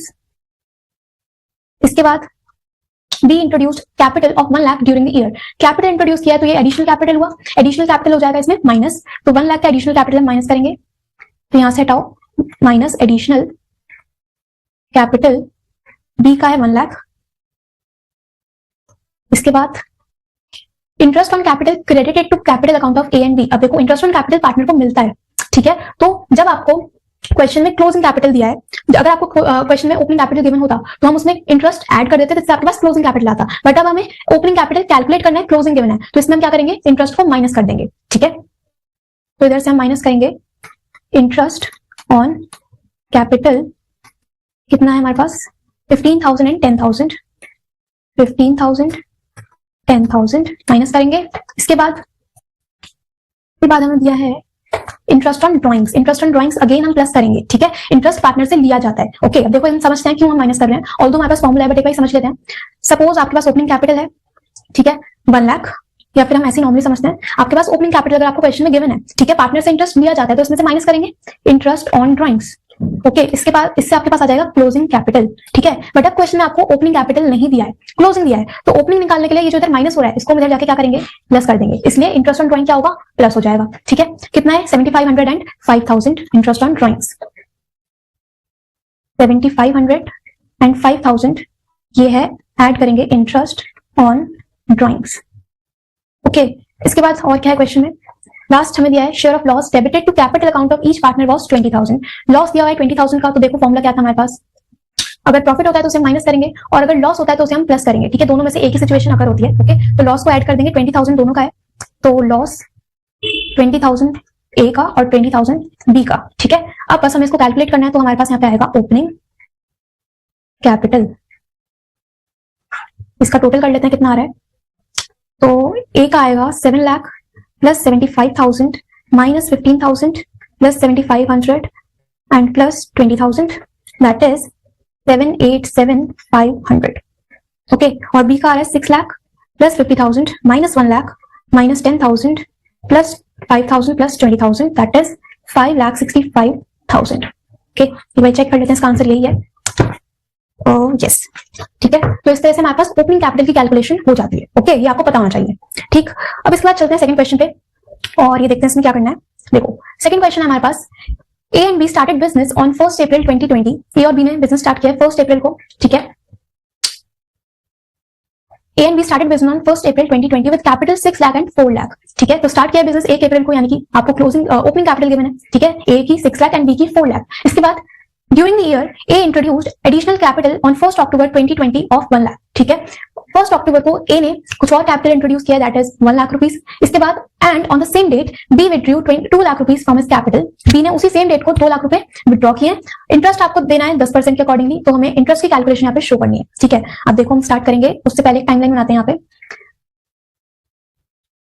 ये है A के लिए 1 अप्रैल 2020, ठीक है, ईयर एंड होगा 31 मार्च 2021 को, और स्टार्टिंग में 1 अप्रैल को कैपिटल था ए का 6 लाख, ठीक है, ये गिवन है हमें 6 लाख। इसके बाद था कि 1 अक्टूबर को ए ने कुछ और कैपिटल इंट्रोड्यूस किया है 1 लाख रुपए, तो 1 अक्टूबर यहाँ पे आएगा 1 अक्टूबर और कैपिटल लगाया है 1 लाख रुपीस का, ठीक है। इसके बाद बी का क्या है, बी का भी हम बना लेते हैं 1 April 2020 and 31 March 2021, same date हुई 1 अक्टूबर 2020, ठीक है। स्टार्टिंग में कैपिटल था 4 लाख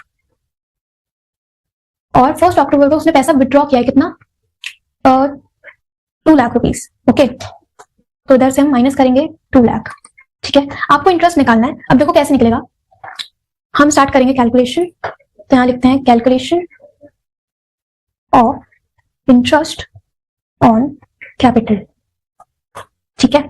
ए का निकालेंगे सबसे पहले, देखो ए का कैसे निकलेगा।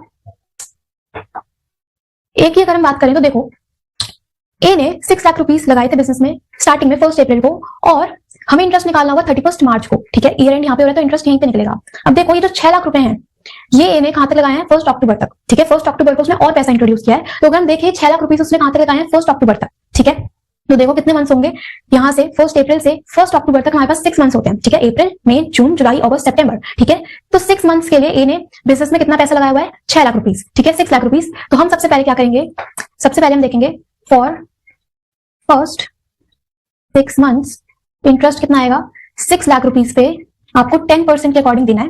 कितने मंथ्स का, ये 6 मंथ्स का, तो 6/12, ठीक है। ये 6 मंथ्स कहां से है, 1 अप्रैल से लेके 1 अक्टूबर तक 6 मंथ्स बनते हैं, जिसमें उसने 6 लाख रुपए इन्वेस्ट करे हुए थे, तो 6 लाख पे हमें 10% के अकॉर्डिंग इंटरेस्ट देना है इंटू 6/12, ठीक है। तो ये आएगा कितना, ये आ जाएगा 6 lakh into 10% 6/12 that is 30,000, okay.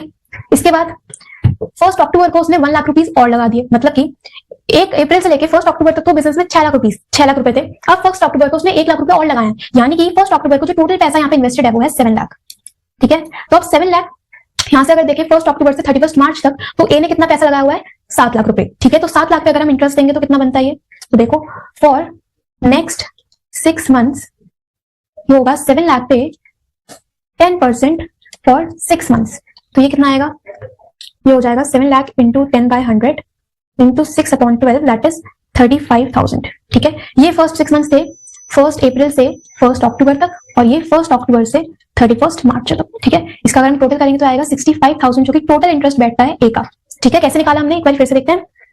सबसे पहले ए ने स्टार्टिंग में 1 अप्रैल को 6 लाख रुपए लगाए थे, ठीक है, 6 लाख रुपए लगा रखे थे। उसने 1 अक्टूबर को 1 लाख रुपए और लगा दिए। तो अगर हम देखें 1 अप्रैल से 1 अक्टूबर तक उसने टोटल 6 लाख इन्वेस्ट किए हुए थे, तो आपने 6 मंथ्स के अकॉर्डिंग उस पर इंटरेस्ट दिया। उसके बाद अगर हम देखें 1 अक्टूबर से 31 मार्च तक कितना पैसा इन्वेस्टेड था, तो हो गया 7 लाख, ठीक है। तो हमने 7 लाख का अगेन 10% के अकॉर्डिंगली 6/12 करके इंटरेस्ट निकाला है, ठीक है। क्लियर, ये हो गया डन किसका, ए का। अब देखते हैं बी का क्या केस है। तो बी का निकालते हैं हम। इधर हम लिखेंगे बी, ठीक है। बी में क्या है, बी का भी सेम केस है कि 1 अप्रैल को बी ने इन्वेस्ट किए थे 4 लाख रुपीस और उसने 1 अक्टूबर को 2 लाख रुपीस निकाल लिए बिजनेस से, विड्रॉ किए। तो अगर हम देखें कि 1 अक्टूबर को बी ने कितना पैसा लगा रखा है, तो वो होगा 2 लाख, ठीक है। 4 लाख पहले से थे, इसमें से 2 लाख उसने विड्रॉ कर लिए, तो अभी इसके पास 2 लाख रुपीस 1 अक्टूबर को इन्वेस्टेड है, ओके। अगर हम देखें कि पहले फर्स्ट 6 मंथ्स कितना पैसा उस पर इंटरेस्ट मिल रहा है आपको, तो देखो कैसे आएगा। यहाँ लिखते हैं फॉर फर्स्ट 6 मंथ्स, ये हो जाएगा 4 लाख, इस पे 10% फॉर 6 मंथ्स, ठीक है। और उसके बाद फॉर नेक्स्ट 6 मंथ्स कितना आएगा, देखो 1 अप्रैल से 1 अक्टूबर तक 4 लाख रुपीस पे इंटरेस्ट मिलेगा। उसके बाद 1 अक्टूबर से 31 मार्च तक हमें 2 लाख रुपीस पे इंटरेस्ट मिलेगा, क्योंकि उसने 2 लाख रुपए निकाल लिए, तो बचे कितने, 2 लाख, ठीक है। तो 2 लाख पे हम देंगे, तो 2 लाख पे 10% फॉर 6 मंथ्स, ओके। ये कितना आ जाएगा, 4 lakh into 10/100 into 6/12 that is 20,000, और ये आएगा 2 लाख का 10% इंटू 6/12 दैट इज 10,000, ओके। तो ये टोटल आ जाएगा 30,000। ये है बी का इंटरेस्ट, ओके। क्लियर कि किस तरह से हो रहा है केस, एडिशनल कैपिटल भी दिया है और आपको ड्रॉइंग्स भी गिवन है, तो इस तरह से आप कैलकुलेट करके चलते हो, ठीक। ये हो गया। इसके बाद लास्ट क्वेश्चन हम करेंगे, that is question number 3। Question number 3 है, Khushi and Priya are partners in a firm, 2 partners हैं। Their capitals on 1 April 2020 were 2,50,000 and 1,50,000। तो अगेन आपको 1 अप्रैल पे कैपिटल गिवन है, ओपनिंग कैपिटल दिया है दोनों ही पार्टनर्स का। उसके बाद दे शेयर प्रॉफिट्स इक्वली, तो उनका जो प्रॉफिट शेयरिंग रेशियो है वो 1:1 है। इसके बाद on 1 July 2020 they decided that their capital should be 2 lakh each, मतलब कि उन्होंने 1 जुलाई को ये डिसाइड किया है कि उनका जो कैपिटल है वो 2 लाख होना चाहिए, ठीक है। इसके बाद the necessary adjustment in the capitals were made by introducing और withdrawing capital. Interest on capital is allowed at the rate of 8% per annum. हमें इंटरेस्ट कैलकुलेट करके यहाँ पे बताना है, ठीक है। अब देखो, अब हम बनाते हैं फिर से एक टाइमलाइन। ये होगा खुशी, ठीक है। तो इधर हम स्टार्ट करेंगे ईयर 1 अप्रैल 2020 और ईयर एंड होगा 31 मार्च 2021 को, ठीक है। खुशी ने इन्वेस्ट किया था बिजनेस में, सबसे पहले ओपनिंग कैपिटल है 2,50,000, तो यहाँ लिखते हैं 2,50,000, ठीक है। और इसके बाद आपको बोला गया है कि 1 जुलाई 2020 को, ठीक है। तो 1 जुलाई होगा देखो अप्रैल मई जून, तो 3 मंथ्स बाद, ठीक है। यहाँ पे आएगा 1 जुलाई, इधर लिखा है कि 1 जुलाई को they decided that their capital should be 2 lakh each, ठीक है। तो उनका कैपिटल 2 लाख होना चाहिए। इसका मतलब क्या है कि खुशी ने 1 जुलाई को 50,000 रुपीज यहाँ से विड्रॉ करे होंगे, ठीक है। 50,000 विड्रॉ करे होंगे, तभी तो यहाँ पे 2 लाख आएगा। पहले 2,50,000 था, जब उसमें से 50,000 वो निकाल लेगी, विड्रॉ करेगी, तभी तो आएगा 2 लाख, ठीक है। तो अब आपको ये केस फिर से वही पहले वाले क्वेश्चन की तरह बन गया है कि उसने पहले 3 मंथ्स में 2,50,000 इन्वेस्ट किए थे, तो आपको इस पे इंटरेस्ट देना है। उसके बाद 1 जुलाई से 31 मार्च तक कितना पैसा है हमारे पास, 2 लाख, तो आप 2 लाख पे इंटरेस्ट दोगे फॉर रिमेनिंग 9 मंथ्स, ओके, ठीक है। इसके बाद केस आता है प्रिया का। प्रिया 1 अप्रैल 2020 और ये एंड होगा 31 मार्च 2021 को, 1 जुलाई, और इसका ओपनिंग कैपिटल में दिया है क्वेश्चन में 1,50,000, ठीक है, 1,50,000। और वही सेम चीज बोली है कि 1 जुलाई को इसका कैपिटल होना चाहिए कितना, 2 लाख, ठीक है। अब देखो स्टार्टिंग में 1,50,000 था, आपको 1 जुलाई पे इसको 2 लाख बनाना है, तो हम इसमें 50,000 ऐड करेंगे, जिससे आपके पास 2 लाख बन जाएगा, ठीक है। यानी कि यहाँ पे पैसा विड्रॉ करा है, ओके, और इधर पैसा इंट्रोड्यूस किया है, ये एडिशनल कैपिटल है, ठीक है। तो हम क्या करेंगे, सबसे पहले 1 अप्रैल से 1 जुलाई तक 1,50,000 पे फॉर 3 मंथ्स इंटरेस्ट कैलकुलेट करेंगे। इसके बाद 1 जुलाई से 31 मार्च तक 2 लाख रुपीस पे हम 9 मंथ्स के लिए इंटरेस्ट निकालेंगे, ठीक है, डन। अब करते हैं इसे, इधर लिखते हैं हम कैलकुलेशन ऑफ आईओसी, ठीक है। सबसे पहले खुशी का निकालते हैं for first 3 months, that is 1 April 2020 to 1 July 2020, ठीक है। कितना कैपिटल था हमारे पास, देखो 2,50,000 पे हमें देना है 3 मंथ्स के लिए, कितने परसेंट के अकॉर्डिंग, 8%, ठीक है। तो 2,50,000 इंटू 8% इंटू कितना 3.12, ठीक है। इसके बाद हम निकालेंगे for next 9 months, that is 1 July 2020 से 31 मार्च कितना कैपिटल हो गया यहाँ पे 2 लाख पे 8% फॉर 9 मंथ्स। ठीक है, ये कितना आएगा आप देखो 2,50,000 इंटू 8/100 इंटू 3/12 दैट इज 5,000 और 2 lakh into 8/100 into 9/12 that is 12,000। ठीक है, ये इसका इंटरेस्ट बनता है खुशी का। ठीक है, टोटल हो गया ये 17,000। ठीक है, पहले हमने कितने मंथ्स का निकाला 3 मंथ्स का, उसके बाद 9 मंथ्स का। ठीक है, इसके बाद खुशी का निकालते हैं, सॉरी प्रिया का।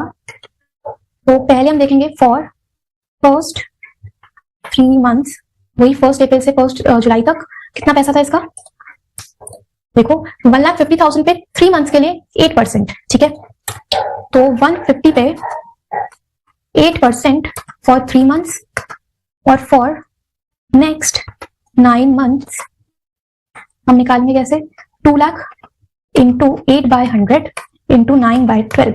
ये कितना आ जाएगा हमारे पास, ये होगा 3,000 एंड 12,000। ठीक है, इसका टोटल करोगे तो हो जाएगा 15,000। ठीक, ये हो गया खुशी का और ये प्रिया का। ठीक है, इस तरह से क्वेश्चन हो गया डन। सिंपल चीज है, आपको बोला था कि आपको 1 जुलाई को 2 लाख रुपीस बनाने हैं, तो अगर पैसा आपने ज्यादा लगाया हुआ है तो आप विड्रॉ करोगे, जैसे कि खुशी के केस में हमने किया। और अगर पैसा आपने कम लगाया हुआ है, आपको 2 लाख बनाने हैं, तो 1,50,000 थे तो आपने उसमें 50,000 और ऐड कर दिया, जिससे वो 2 लाख बन गया और उस पर आपने इंटरेस्ट निकाला है। ठीक है, तो ये हो जाता है हमारा इंटरेस्ट ऑन कैपिटल वाला टॉपिक कंप्लीट। मैंने आपको सभी इंपॉर्टेंट क्वेश्चन करवा दिए, सभी कॉन्सेप्ट हमने कर लिए, इनकी प्रैक्टिस कर लो। आज इस वीडियो में हम समझेंगे the treatment of salaries and reserves. बहुत सिंपल से टॉपिक्स हैं और इजी भी है, तो चलो इसको भी समझ लेते हैं, वैसे क्लियर करते हैं। आ जाओ स्टार्ट करते हैं। देखो सबसे पहले हम स्टार्ट करेंगे द ट्रीटमेंट ऑफ सैलरीज। ठीक है, सैलरी मिलेगी किसे, सैलरी मिलती है पार्टनर को। ठीक है, और फर्म पार्टनर को पूरे साल की सैलरी देगी। ओके, क्योंकि जो P&L एप्रोप्रिएशन अकाउंट है, आपका पार्टनर्स कैपिटल अकाउंट है, वो साल में एक ही बार बनता है, जब साल खत्म होगा तब। तो आप जो सैलरी है वो भी पूरे साल की कैलकुलेट करोगे। ठीक है, एनुअल सैलरी। तो अब आपको क्वेश्चन में अलग अलग केसेस गिवन होते हैं, उनको देख लेते हैं। बहुत सिंपल है, देखो यहाँ पे देखते हैं पहले हम ट्रीटमेंट ऑफ सैलरी। ठीक है, हमेशा सैलरी अगर आपको जैसे भी गिवन है, आपको पूरे साल की निकालनी होगी। ओके, अब इसमें क्या क्या केसेस आते हैं। सपोज आपको दिया है कि कोई पार्टनर ए है, ठीक है, और उसकी मंथली सैलरी आपको गिवन है 2,000। ओके, तो अगर हम यहाँ पे लिखें पर मंथ, ठीक है, पर मंथ, अगर आपको पर मंथ की सैलरी गिवन है कि सपोज एक पार्टनर है और उसकी एक मंथ की सैलरी 2,000 है, ठीक है, 2,000 रुपीज, तो आपको पूरे साल की निकालनी है, तो आप क्या करोगे 12 से इंटू कर दोगे। ठीक है, पूरे साल की निकालनी है, 12 से इंटू कर दोगे तो आपके पास आएगी 24,000। ये हो गई पूरे साल की सैलरी। ओके, तो अगर आपको क्वेश्चन में गिवन है पर मंथ की सैलरी, तो उसे 12 से मल्टीप्लाई करोगे। ओके, सेकंड आता है पर क्वार्टर। पर क्वार्टर यानी कि एक साल में 4 क्वार्टर्स होते हैं। ठीक है, क्वार्टर मतलब होता है कि आप किसी चीज को 4 पार्ट्स में डिवाइड कर रहे हो। तो जब आप पूरे साल को 4 पार्ट्स में डिवाइड करोगे, तो हर एक पार्ट को हम कहते हैं क्वार्टर, जिसमें 3 मंथ्स होते हैं। एक क्वार्टर में 3 महीने होंगे। ठीक है, तो अगर आपको एक क्वार्टर की सैलरी गिवन है 2,000, तो आप मल्टीप्लाई करते हो 4 से, क्योंकि एक साल में 4 क्वार्टर है, तो पूरे साल की सैलरी आ जाएगी यहाँ से कितनी 8,000।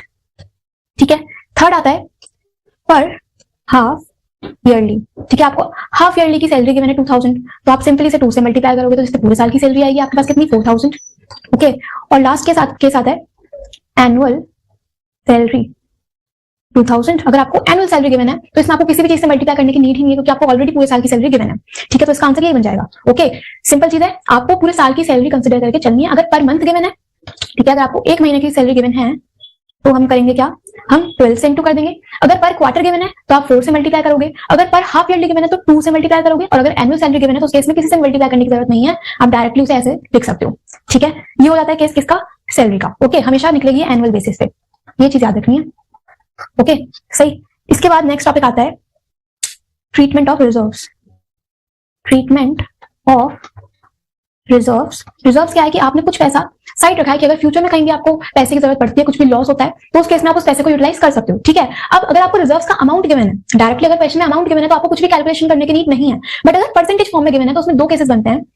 एक केस बनेगा केस नंबर 1, सपोज आपको परसेंटेज दिया है 10%। ठीक है, तो 10% reserves to be created on net profit. ठीक है, एक केस ये है, और एक केस नंबर 2 है 10% reserves to be created on divisible profit. ठीक है, अगर अमाउंट में गिवन है तो आपको कुछ भी कैलकुलेशन करना नहीं है, बट अगर परसेंटेज में गिवन है तो 2 केसेस बनेंगे। हो सकता है आपको लिखा हो कि आपको जो नेट प्रॉफिट है, आपको उसका 10% रिजर्व बनाना है। ठीक है, अब क्वेश्चन में नेट प्रॉफिट आपको गिवन नहीं होता है। सपोज नेट प्रॉफिट दिया आपको 1 लाख, ठीक है, नेट प्रॉफिट है, तो इसका 10% आप निकाल दोगे सीधा सीधा, 10% यानी कि 10,000 आपके रिजर्व्स बन जाएंगे। ठीक है, ये तो बहुत सिंपल है। बट अगर आपको दिया है क्वेश्चन में कि आपको रिजर्व्स क्रिएट करने हैं ऑन डिविजिबल प्रॉफिट, ठीक है, डिविजिबल प्रॉफिट क्या होता है, जब आप P&L एप्रोप्रिएशन अकाउंट बनाते हो तो जो बैलेंसिंग फिगर आती है उस पर अगर आपको रिजर्व्स बनाने हैं तो पहले आप डिविजिबल प्रॉफिट कैलकुलेट करोगे, फिर रिजर्व्स बनाओगे। ठीक है, अब इस पे बेस्ड हम एक क्वेश्चन करते हैं, आपको समझ में आएगा क्या करना है। ठीक है, देखो ये रहा हमारा क्वेश्चन और इसमें सैलरी वाला पार्ट भी कवर होगा। क्वेश्चन क्या है, X and Y are partners sharing profits and losses in the ratio 7:3। उनकी रेशियो आपको गिवन है 7 and 3। ठीक है, opening capital are 5 lakh and 4 lakh. Okay, इसके बाद partners are allowed an interest on capital at the rate of 5% per annum. तो आपको interest on capital देना है 5% से। Drawings of X and Y during the year ended 31 March 2020 were 72,000 and 50,000। आपको drawings भी दी क्वेश्चन में। इसके बाद profit for the year before allowing interest on capital and salary to Y at the rate 5,000 per month. मतलब आपको Y की salary बताइए कि 5,000 पर महीने की सैलरी है। ठीक है, and profit for the year before allowing interest on capital and salary was 8 lakh. आपको प्रॉफिट दिया, नेट प्रॉफिट गिवन है। इसके बाद 10% of the divisible profit is to be set aside as general reserve. अब यहाँ पे ध्यान देना है कि यहाँ पे लिखा है 10% ऑफ डिविजिबल प्रॉफिट। ठीक है, नेट प्रॉफिट का नहीं, हमें डिविजिबल प्रॉफिट का 10% निकालना है और उससे रिजर्व बनाना है। ठीक है, अब देखो कैसे करना है, हमें P&L एप्रोप्रिएशन बनाना है, आपको आता है कैसे बनेगा। क्वेश्चन करते हैं स्टार्ट। देखो यहाँ पे हम लिखेंगे profit and loss appropriation account. Okay,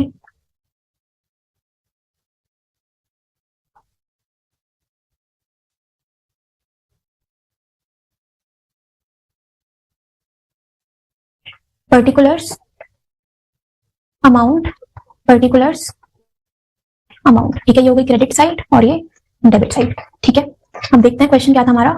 सबसे पहले नेट प्रॉफिट क्या है, देखो नेट प्रॉफिट 8 लाख है और इस लाइन का मतलब क्या है, profit for the year before allowing interest on capital.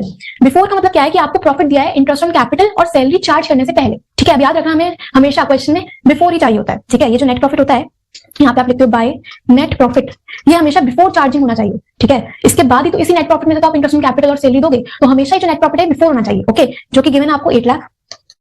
ठीक है, इसके बाद हमें दिया था क्वेश्चन में कि आपको पार्टनर्स को इंटरेस्ट ऑन कैपिटल देना है 5% के अकॉर्डिंगली। देखो यहां लिखेंगे to interest on capital X and Y। तो कैसे आएगा, देखो इंटरेस्ट ऑन कैपिटल X का क्या है, X की कैपिटल है 5 लाख। ठीक है, तो 5 लाख पे हम निकालेंगे 5%। ओके, और Y का कैपिटल है 4 लाख, तो 4 लाख पे 5%, तो ये आ जाएगा आपके पास 25,000 एंड 20,000। ठीक है, तो यहां लिखते हैं 25,000 20,000, तो ये हो गया 45,000। ओके, इसके बाद आगे था ड्राइंग्स गिवन है हमें और इस पे हमें इंटरेस्ट ऐसा कुछ गिवन नहीं है, ड्राइंग्स तो आपकी पार्टनर्स कैपिटल अकाउंट में जाता है। इसके बाद salary to Y 5,000 per month की सैलरी गिवन है। अभी हमने पीछे पढ़ा कि अगर आपको मंथली सैलरी गिवन है तो आप उसे 12 से इंटू करोगे। ठीक है, 12 से मल्टीप्लाई करोगे तो 2 Y's सैलरी जो कि क्या आएगा 5,000 पर मंथ की है, तो पूरे साल की आएगी 12 से मल्टीप्लाई करके, तो ये हो जाएगा हमारा 60,000। ठीक है, इसके बाद हमें क्वेश्चन में और क्या दिया है, बस हमें इतनी चीजें दी हैं। अब आपको निकालना है 10% रिजर्व्स बनाने डिविजिबल प्रॉफिट का। ठीक है, अब देखो समझो, मुझे बोला है कि मुझे जो डिविजिबल प्रॉफिट आएगा उसका 10% रिजर्व बनाना है। ठीक है, रिजर्व्स भी इसी में डेबिट होते हैं। ठीक है, और डिविजिबल प्रॉफिट पहले मैं कैलकुलेट करूंगी। ठीक है, ये तो नेट प्रॉफिट है, डिविजिबल प्रॉफिट कहां पे आएगा, इधर। ठीक है, तो यहां लिखेंगे हम 2 डिविजिबल प्रॉफिट। ठीक है, इसको हम साइड में लिखते हैं। पहले देखो डिविजिबल प्रॉफिट आएगा कैसे, आप क्रेडिट साइड के आइटम में से डेबिट साइड का टोटल माइनस करोगे। ठीक है, तो नेट प्रॉफिट आपको दिया है 8 लाख। उसके बाद ये जो हमारा टोटल आ रहा है इंटरेस्ट ऑन कैपिटल और सैलरी, ये हो जाएगा 45,000 प्लस 60,000 यानी कि 1,05,000। ओके, तो इससे आपका डिविजिबल प्रॉफिट कितना आएगा, 8 लाख माइनस 1,05,000, तो ये आ जाएगा आपके पास 695,000 डिविजिबल प्रॉफिट।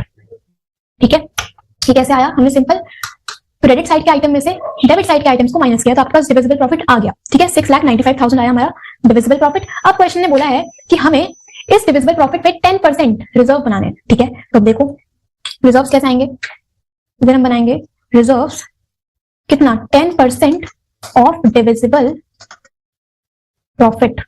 ठीक है, तो ये हो जाएगा 10% ऑफ 6,95,000 यानी कि 695,000 के बन गए रिजर्व्स। ओके, ये हो गया रिजर्व्स। ठीक है। अब रिजर्व्स भी आपके प्रॉफिट को कम कर रहा है तो ये भी P&L एप्रोप्रिएशन में डेबिट हो जाता है, ठीक है। तो अब इस रिजर्व को हम डालेंगे कहाँ पे, इसी अकाउंट में। तो यहाँ लिख दो आप 2 रिजर्व्स 69500, ओके। अब इसके बाद आप निकालोगे डिविजिबल प्रॉफिट, ओके, बैलेंसिंग करके, क्योंकि ये जो प्रॉफिट आया था डिविजिबल प्रॉफिट, ये एक्चुअल प्रॉफिट नहीं था, आपने इसमें से पहले रिजर्व बनाया, ओके।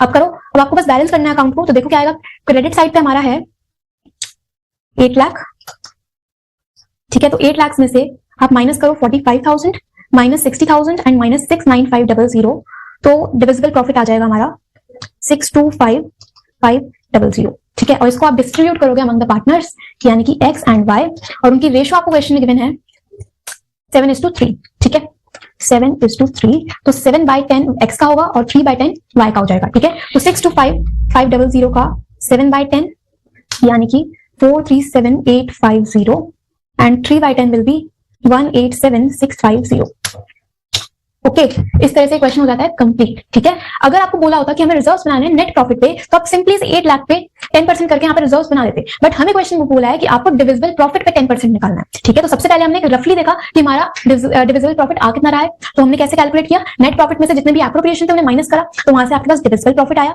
ठीक है। ये एक्चुअल प्रॉफिट नहीं है, ओके। फिर आपने इस पे रिजर्व्स बनाए और उसी रिजर्व्स को हमने ट्रांसफर किया कहाँ पे, P&L एप्रोप्रिएशन में, और उसके बाद हमने देखा कि एक्चुअल में आपका डिविजिबल प्रॉफिट आ कितना रहा है, ठीक है, बैलेंस करके, और उसको हमने पार्टनर्स के अमंग उनकी रेशियो में डिस्ट्रीब्यूट कर दिया, ठीक है। तो ये हो जाता है आपका केस रिजर्व्स का, और इसमें हमने सैलरी वाला पॉइंट भी देख लिया। तो इस वीडियो में इतना ही रखते हैं, ठीक है। मैंने आपको सैलरी का ट्रीटमेंट बता दिया और रिजर्व्स का बता दिया, ठीक है। The treatment of managers commission, या फिर अगर आपको नॉर्मल कमीशन भी गिवन है तो वो कैसे करते हैं, तो चलो स्टार्ट करते हैं जल्दी से। देखो क्वेश्चन में अब होगा क्या, हमने सैलरी का ट्रीटमेंट देख लिया, हमने रिजर्व समझ लिया, इंटरेस्ट हम कैपिटल समझ लिया, ठीक है। मैनेजर कमीशन या फिर अगर आपको कमीशन गिवन है तो उसकी नॉर्मली आपको परसेंटेज गिवन होती है क्वेश्चन में, ठीक है। आपको डायरेक्टली अमाउंट ना देके वो परसेंटेज देते हैं, ठीक है। पहले हेडिंग बनाते हैं, मैनेजर्स कमीशन, ठीक है। अब देखो इसमें हम 2 केसेस बनाएंगे। पहला केस बनाएंगे to be allowed on net profit before charging such commission, ठीक है। और second case to be allowed on net profit after charging such commission, ठीक है। तो ये 2 केसेस बनते हैं मैनेजर्स कमीशन में, ठीक है। अब इनका मतलब क्या है, देखो पहला केस है, ओके, देखो लिखा क्या है कि आपको मैनेजर कमीशन देना है on net profit before charging such commission, मतलब कि नेट प्रॉफिट पे आपको कमीशन देना है और उस नेट प्रॉफिट में से आपको कमीशन पहले चार्ज नहीं करना है, ठीक है। सेकंड केस क्या है, to be allowed on net profit after charging such commission, मतलब कि मैनेजर कमीशन आप दोगे नेट प्रॉफिट पे, पर वो जो नेट प्रॉफिट आएगा उसमें पहले आप कमीशन चार्ज कर दो, ठीक है। अब देखो मैंने आपको बताया, मुझे पता है आपको कुछ भी समझ नहीं आया, देखो समझते हैं। से पहले इसका फॉर्मुला बना लेते हैं। फॉर्मुला है क्या, अगर आपको दिया है बिफोर चार्जिंग सच कमीशन तो उस केस में कमीशन निकलेगा कैसे, सिंपल आपका फॉर्मुला है net profit into rate by 100, ठीक है। जो भी रेट गिवन है 10%, 20%, 8%, तो उसके अकॉर्डिंगली आप मैनेजर कमीशन दे देना। अगर बिफोर चार्जिंग लिखा है तो क्या होगा, net profit multiply rate by 100, ठीक है। बट अगर लिखा है आफ्टर चार्जिंग कमीशन तो उस केस में फॉर्मुला बनता है net profit into rate upon 100 plus rate, ठीक है। अगर आफ्टर चार्जिंग लिखा है तो आप डिनोमिनेटर में रेट भी ऐड कर दोगे, ठीक है। तो ये दो फॉर्मुले हैं, बिफोर चार्जिंग और आफ्टर चार्जिंग, ठीक है। अब ये फॉर्मुले का मतलब क्या है वो देख लेते हैं। ऑल्दो आपके किसी काम का नहीं है जो भी हम समझेंगे, क्योंकि आप तो नॉर्मली ये फॉर्मुला लाके क्वेश्चन कर लोगे, बट अपनी अंडरस्टैंडिंग के लिए हम समझ लेते हैं, ठीक है। देखो सबसे पहले मैनेजर कमीशन एक चार्ज होता है, ठीक है। मैंने आपको पहले एक वीडियो में बताया था, और जितने भी चार्ज वाले आइटम्स होते हैं वो P&L अकाउंट में जाते हैं, प्रॉफिट एंड लॉस अकाउंट में डेबिट होते हैं, ठीक है। तो अगर हम एक नॉर्मली P&L अकाउंट बनाए, P&L अकाउंट, देखो P&L अकाउंट हमारा कुछ ऐसा बनता था, जितने भी इनकम्स होती थी आप उन्हें क्रेडिट साइड पे लिखते थे, जितने भी एक्सपेंसेस होते थे वो यहाँ पे डेबिट होते थे, ठीक है। यहाँ पे सभी इनकम्स आती थी, ठीक है, और यहाँ आ जाते थे सारे एक्सपेंसेस, ठीक है। और उसके बाद जो आपका बैलेंस बचता था वो होता था नेट प्रॉफिट, यानी कि इनकम माइनस एक्सपेंस, ये होता था नेट प्रॉफिट, ठीक है। अब क्वेश्चन में क्या था, हमारा केस 1 क्या है, manager commission to be allowed on net profit before charging such commission, मतलब कि जो मैनेजर कमीशन है वो आपको नेट प्रॉफिट पे देना है।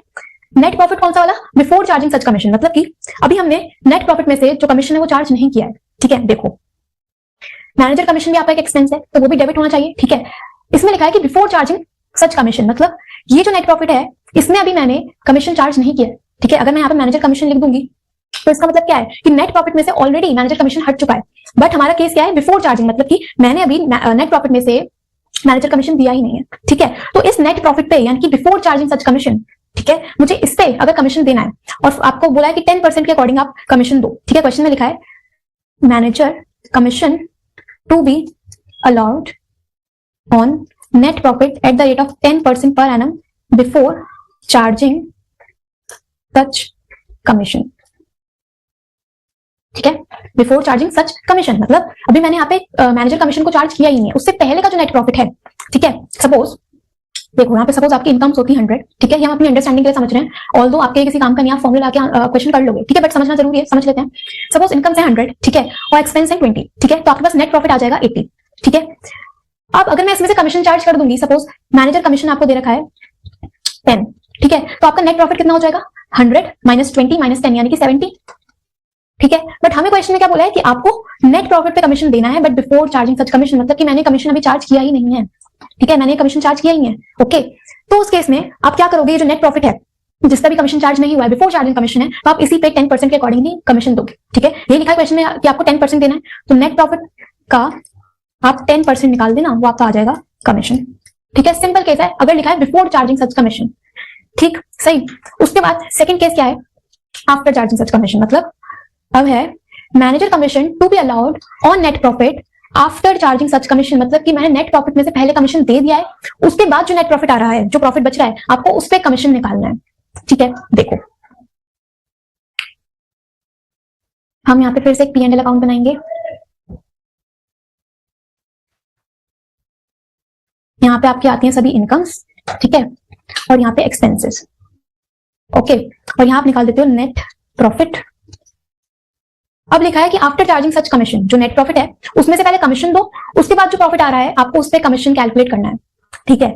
अब देखो अगर मैं यहाँ से कमीशन माइनस करूंगी तो मैं करूंगी क्या, मुझे बोला है कि ये जो नेट प्रॉफिट आ रहा है आपको इसमें से पहले कमीशन हटाना है, आफ्टर चार्जिंग बोला है पहले कमीशन हटाना है, उसके बाद जो प्रॉफिट बच रहा है आपको उस पर कमीशन की परसेंटेज कैलकुलेट करनी है। अब सिंपल बात है कि भाई जब मुझे कमीशन दिया ही नहीं है, जो मुझे कैलकुलेट करना है एक्चुअल में, तो मैं इसमें से हटाऊंगी कहां से, हटाने के लिए वैल्यू ही नहीं है, ठीक है। तो देखो इसको समझते हैं, इसका फॉर्मूला क्या था हमारे पास, net profit into rate upon 100 plus rate, ठीक है। ये फॉर्मूला क्यों बनाया इन्होंने, देखो सपोज नेट प्रॉफिट आपको दिया है 100, ठीक है, और लिखा है आपको आफ्टर चार्जिंग सच कमीशन, जो नेट प्रॉफिट आ रहा है उस पर मैनेजर कमीशन निकालना है, ठीक है। तो आप इसमें से कमीशन हटाओगे, ठीक है, और कमीशन मैं जो हटाऊंगी उसके बाद जो मेरे पास नेट प्रॉफिट आएगा, यानी कि net profit after charging commission, मुझे उस पर परसेंटेज कैलकुलेट करनी है 10%, ठीक है।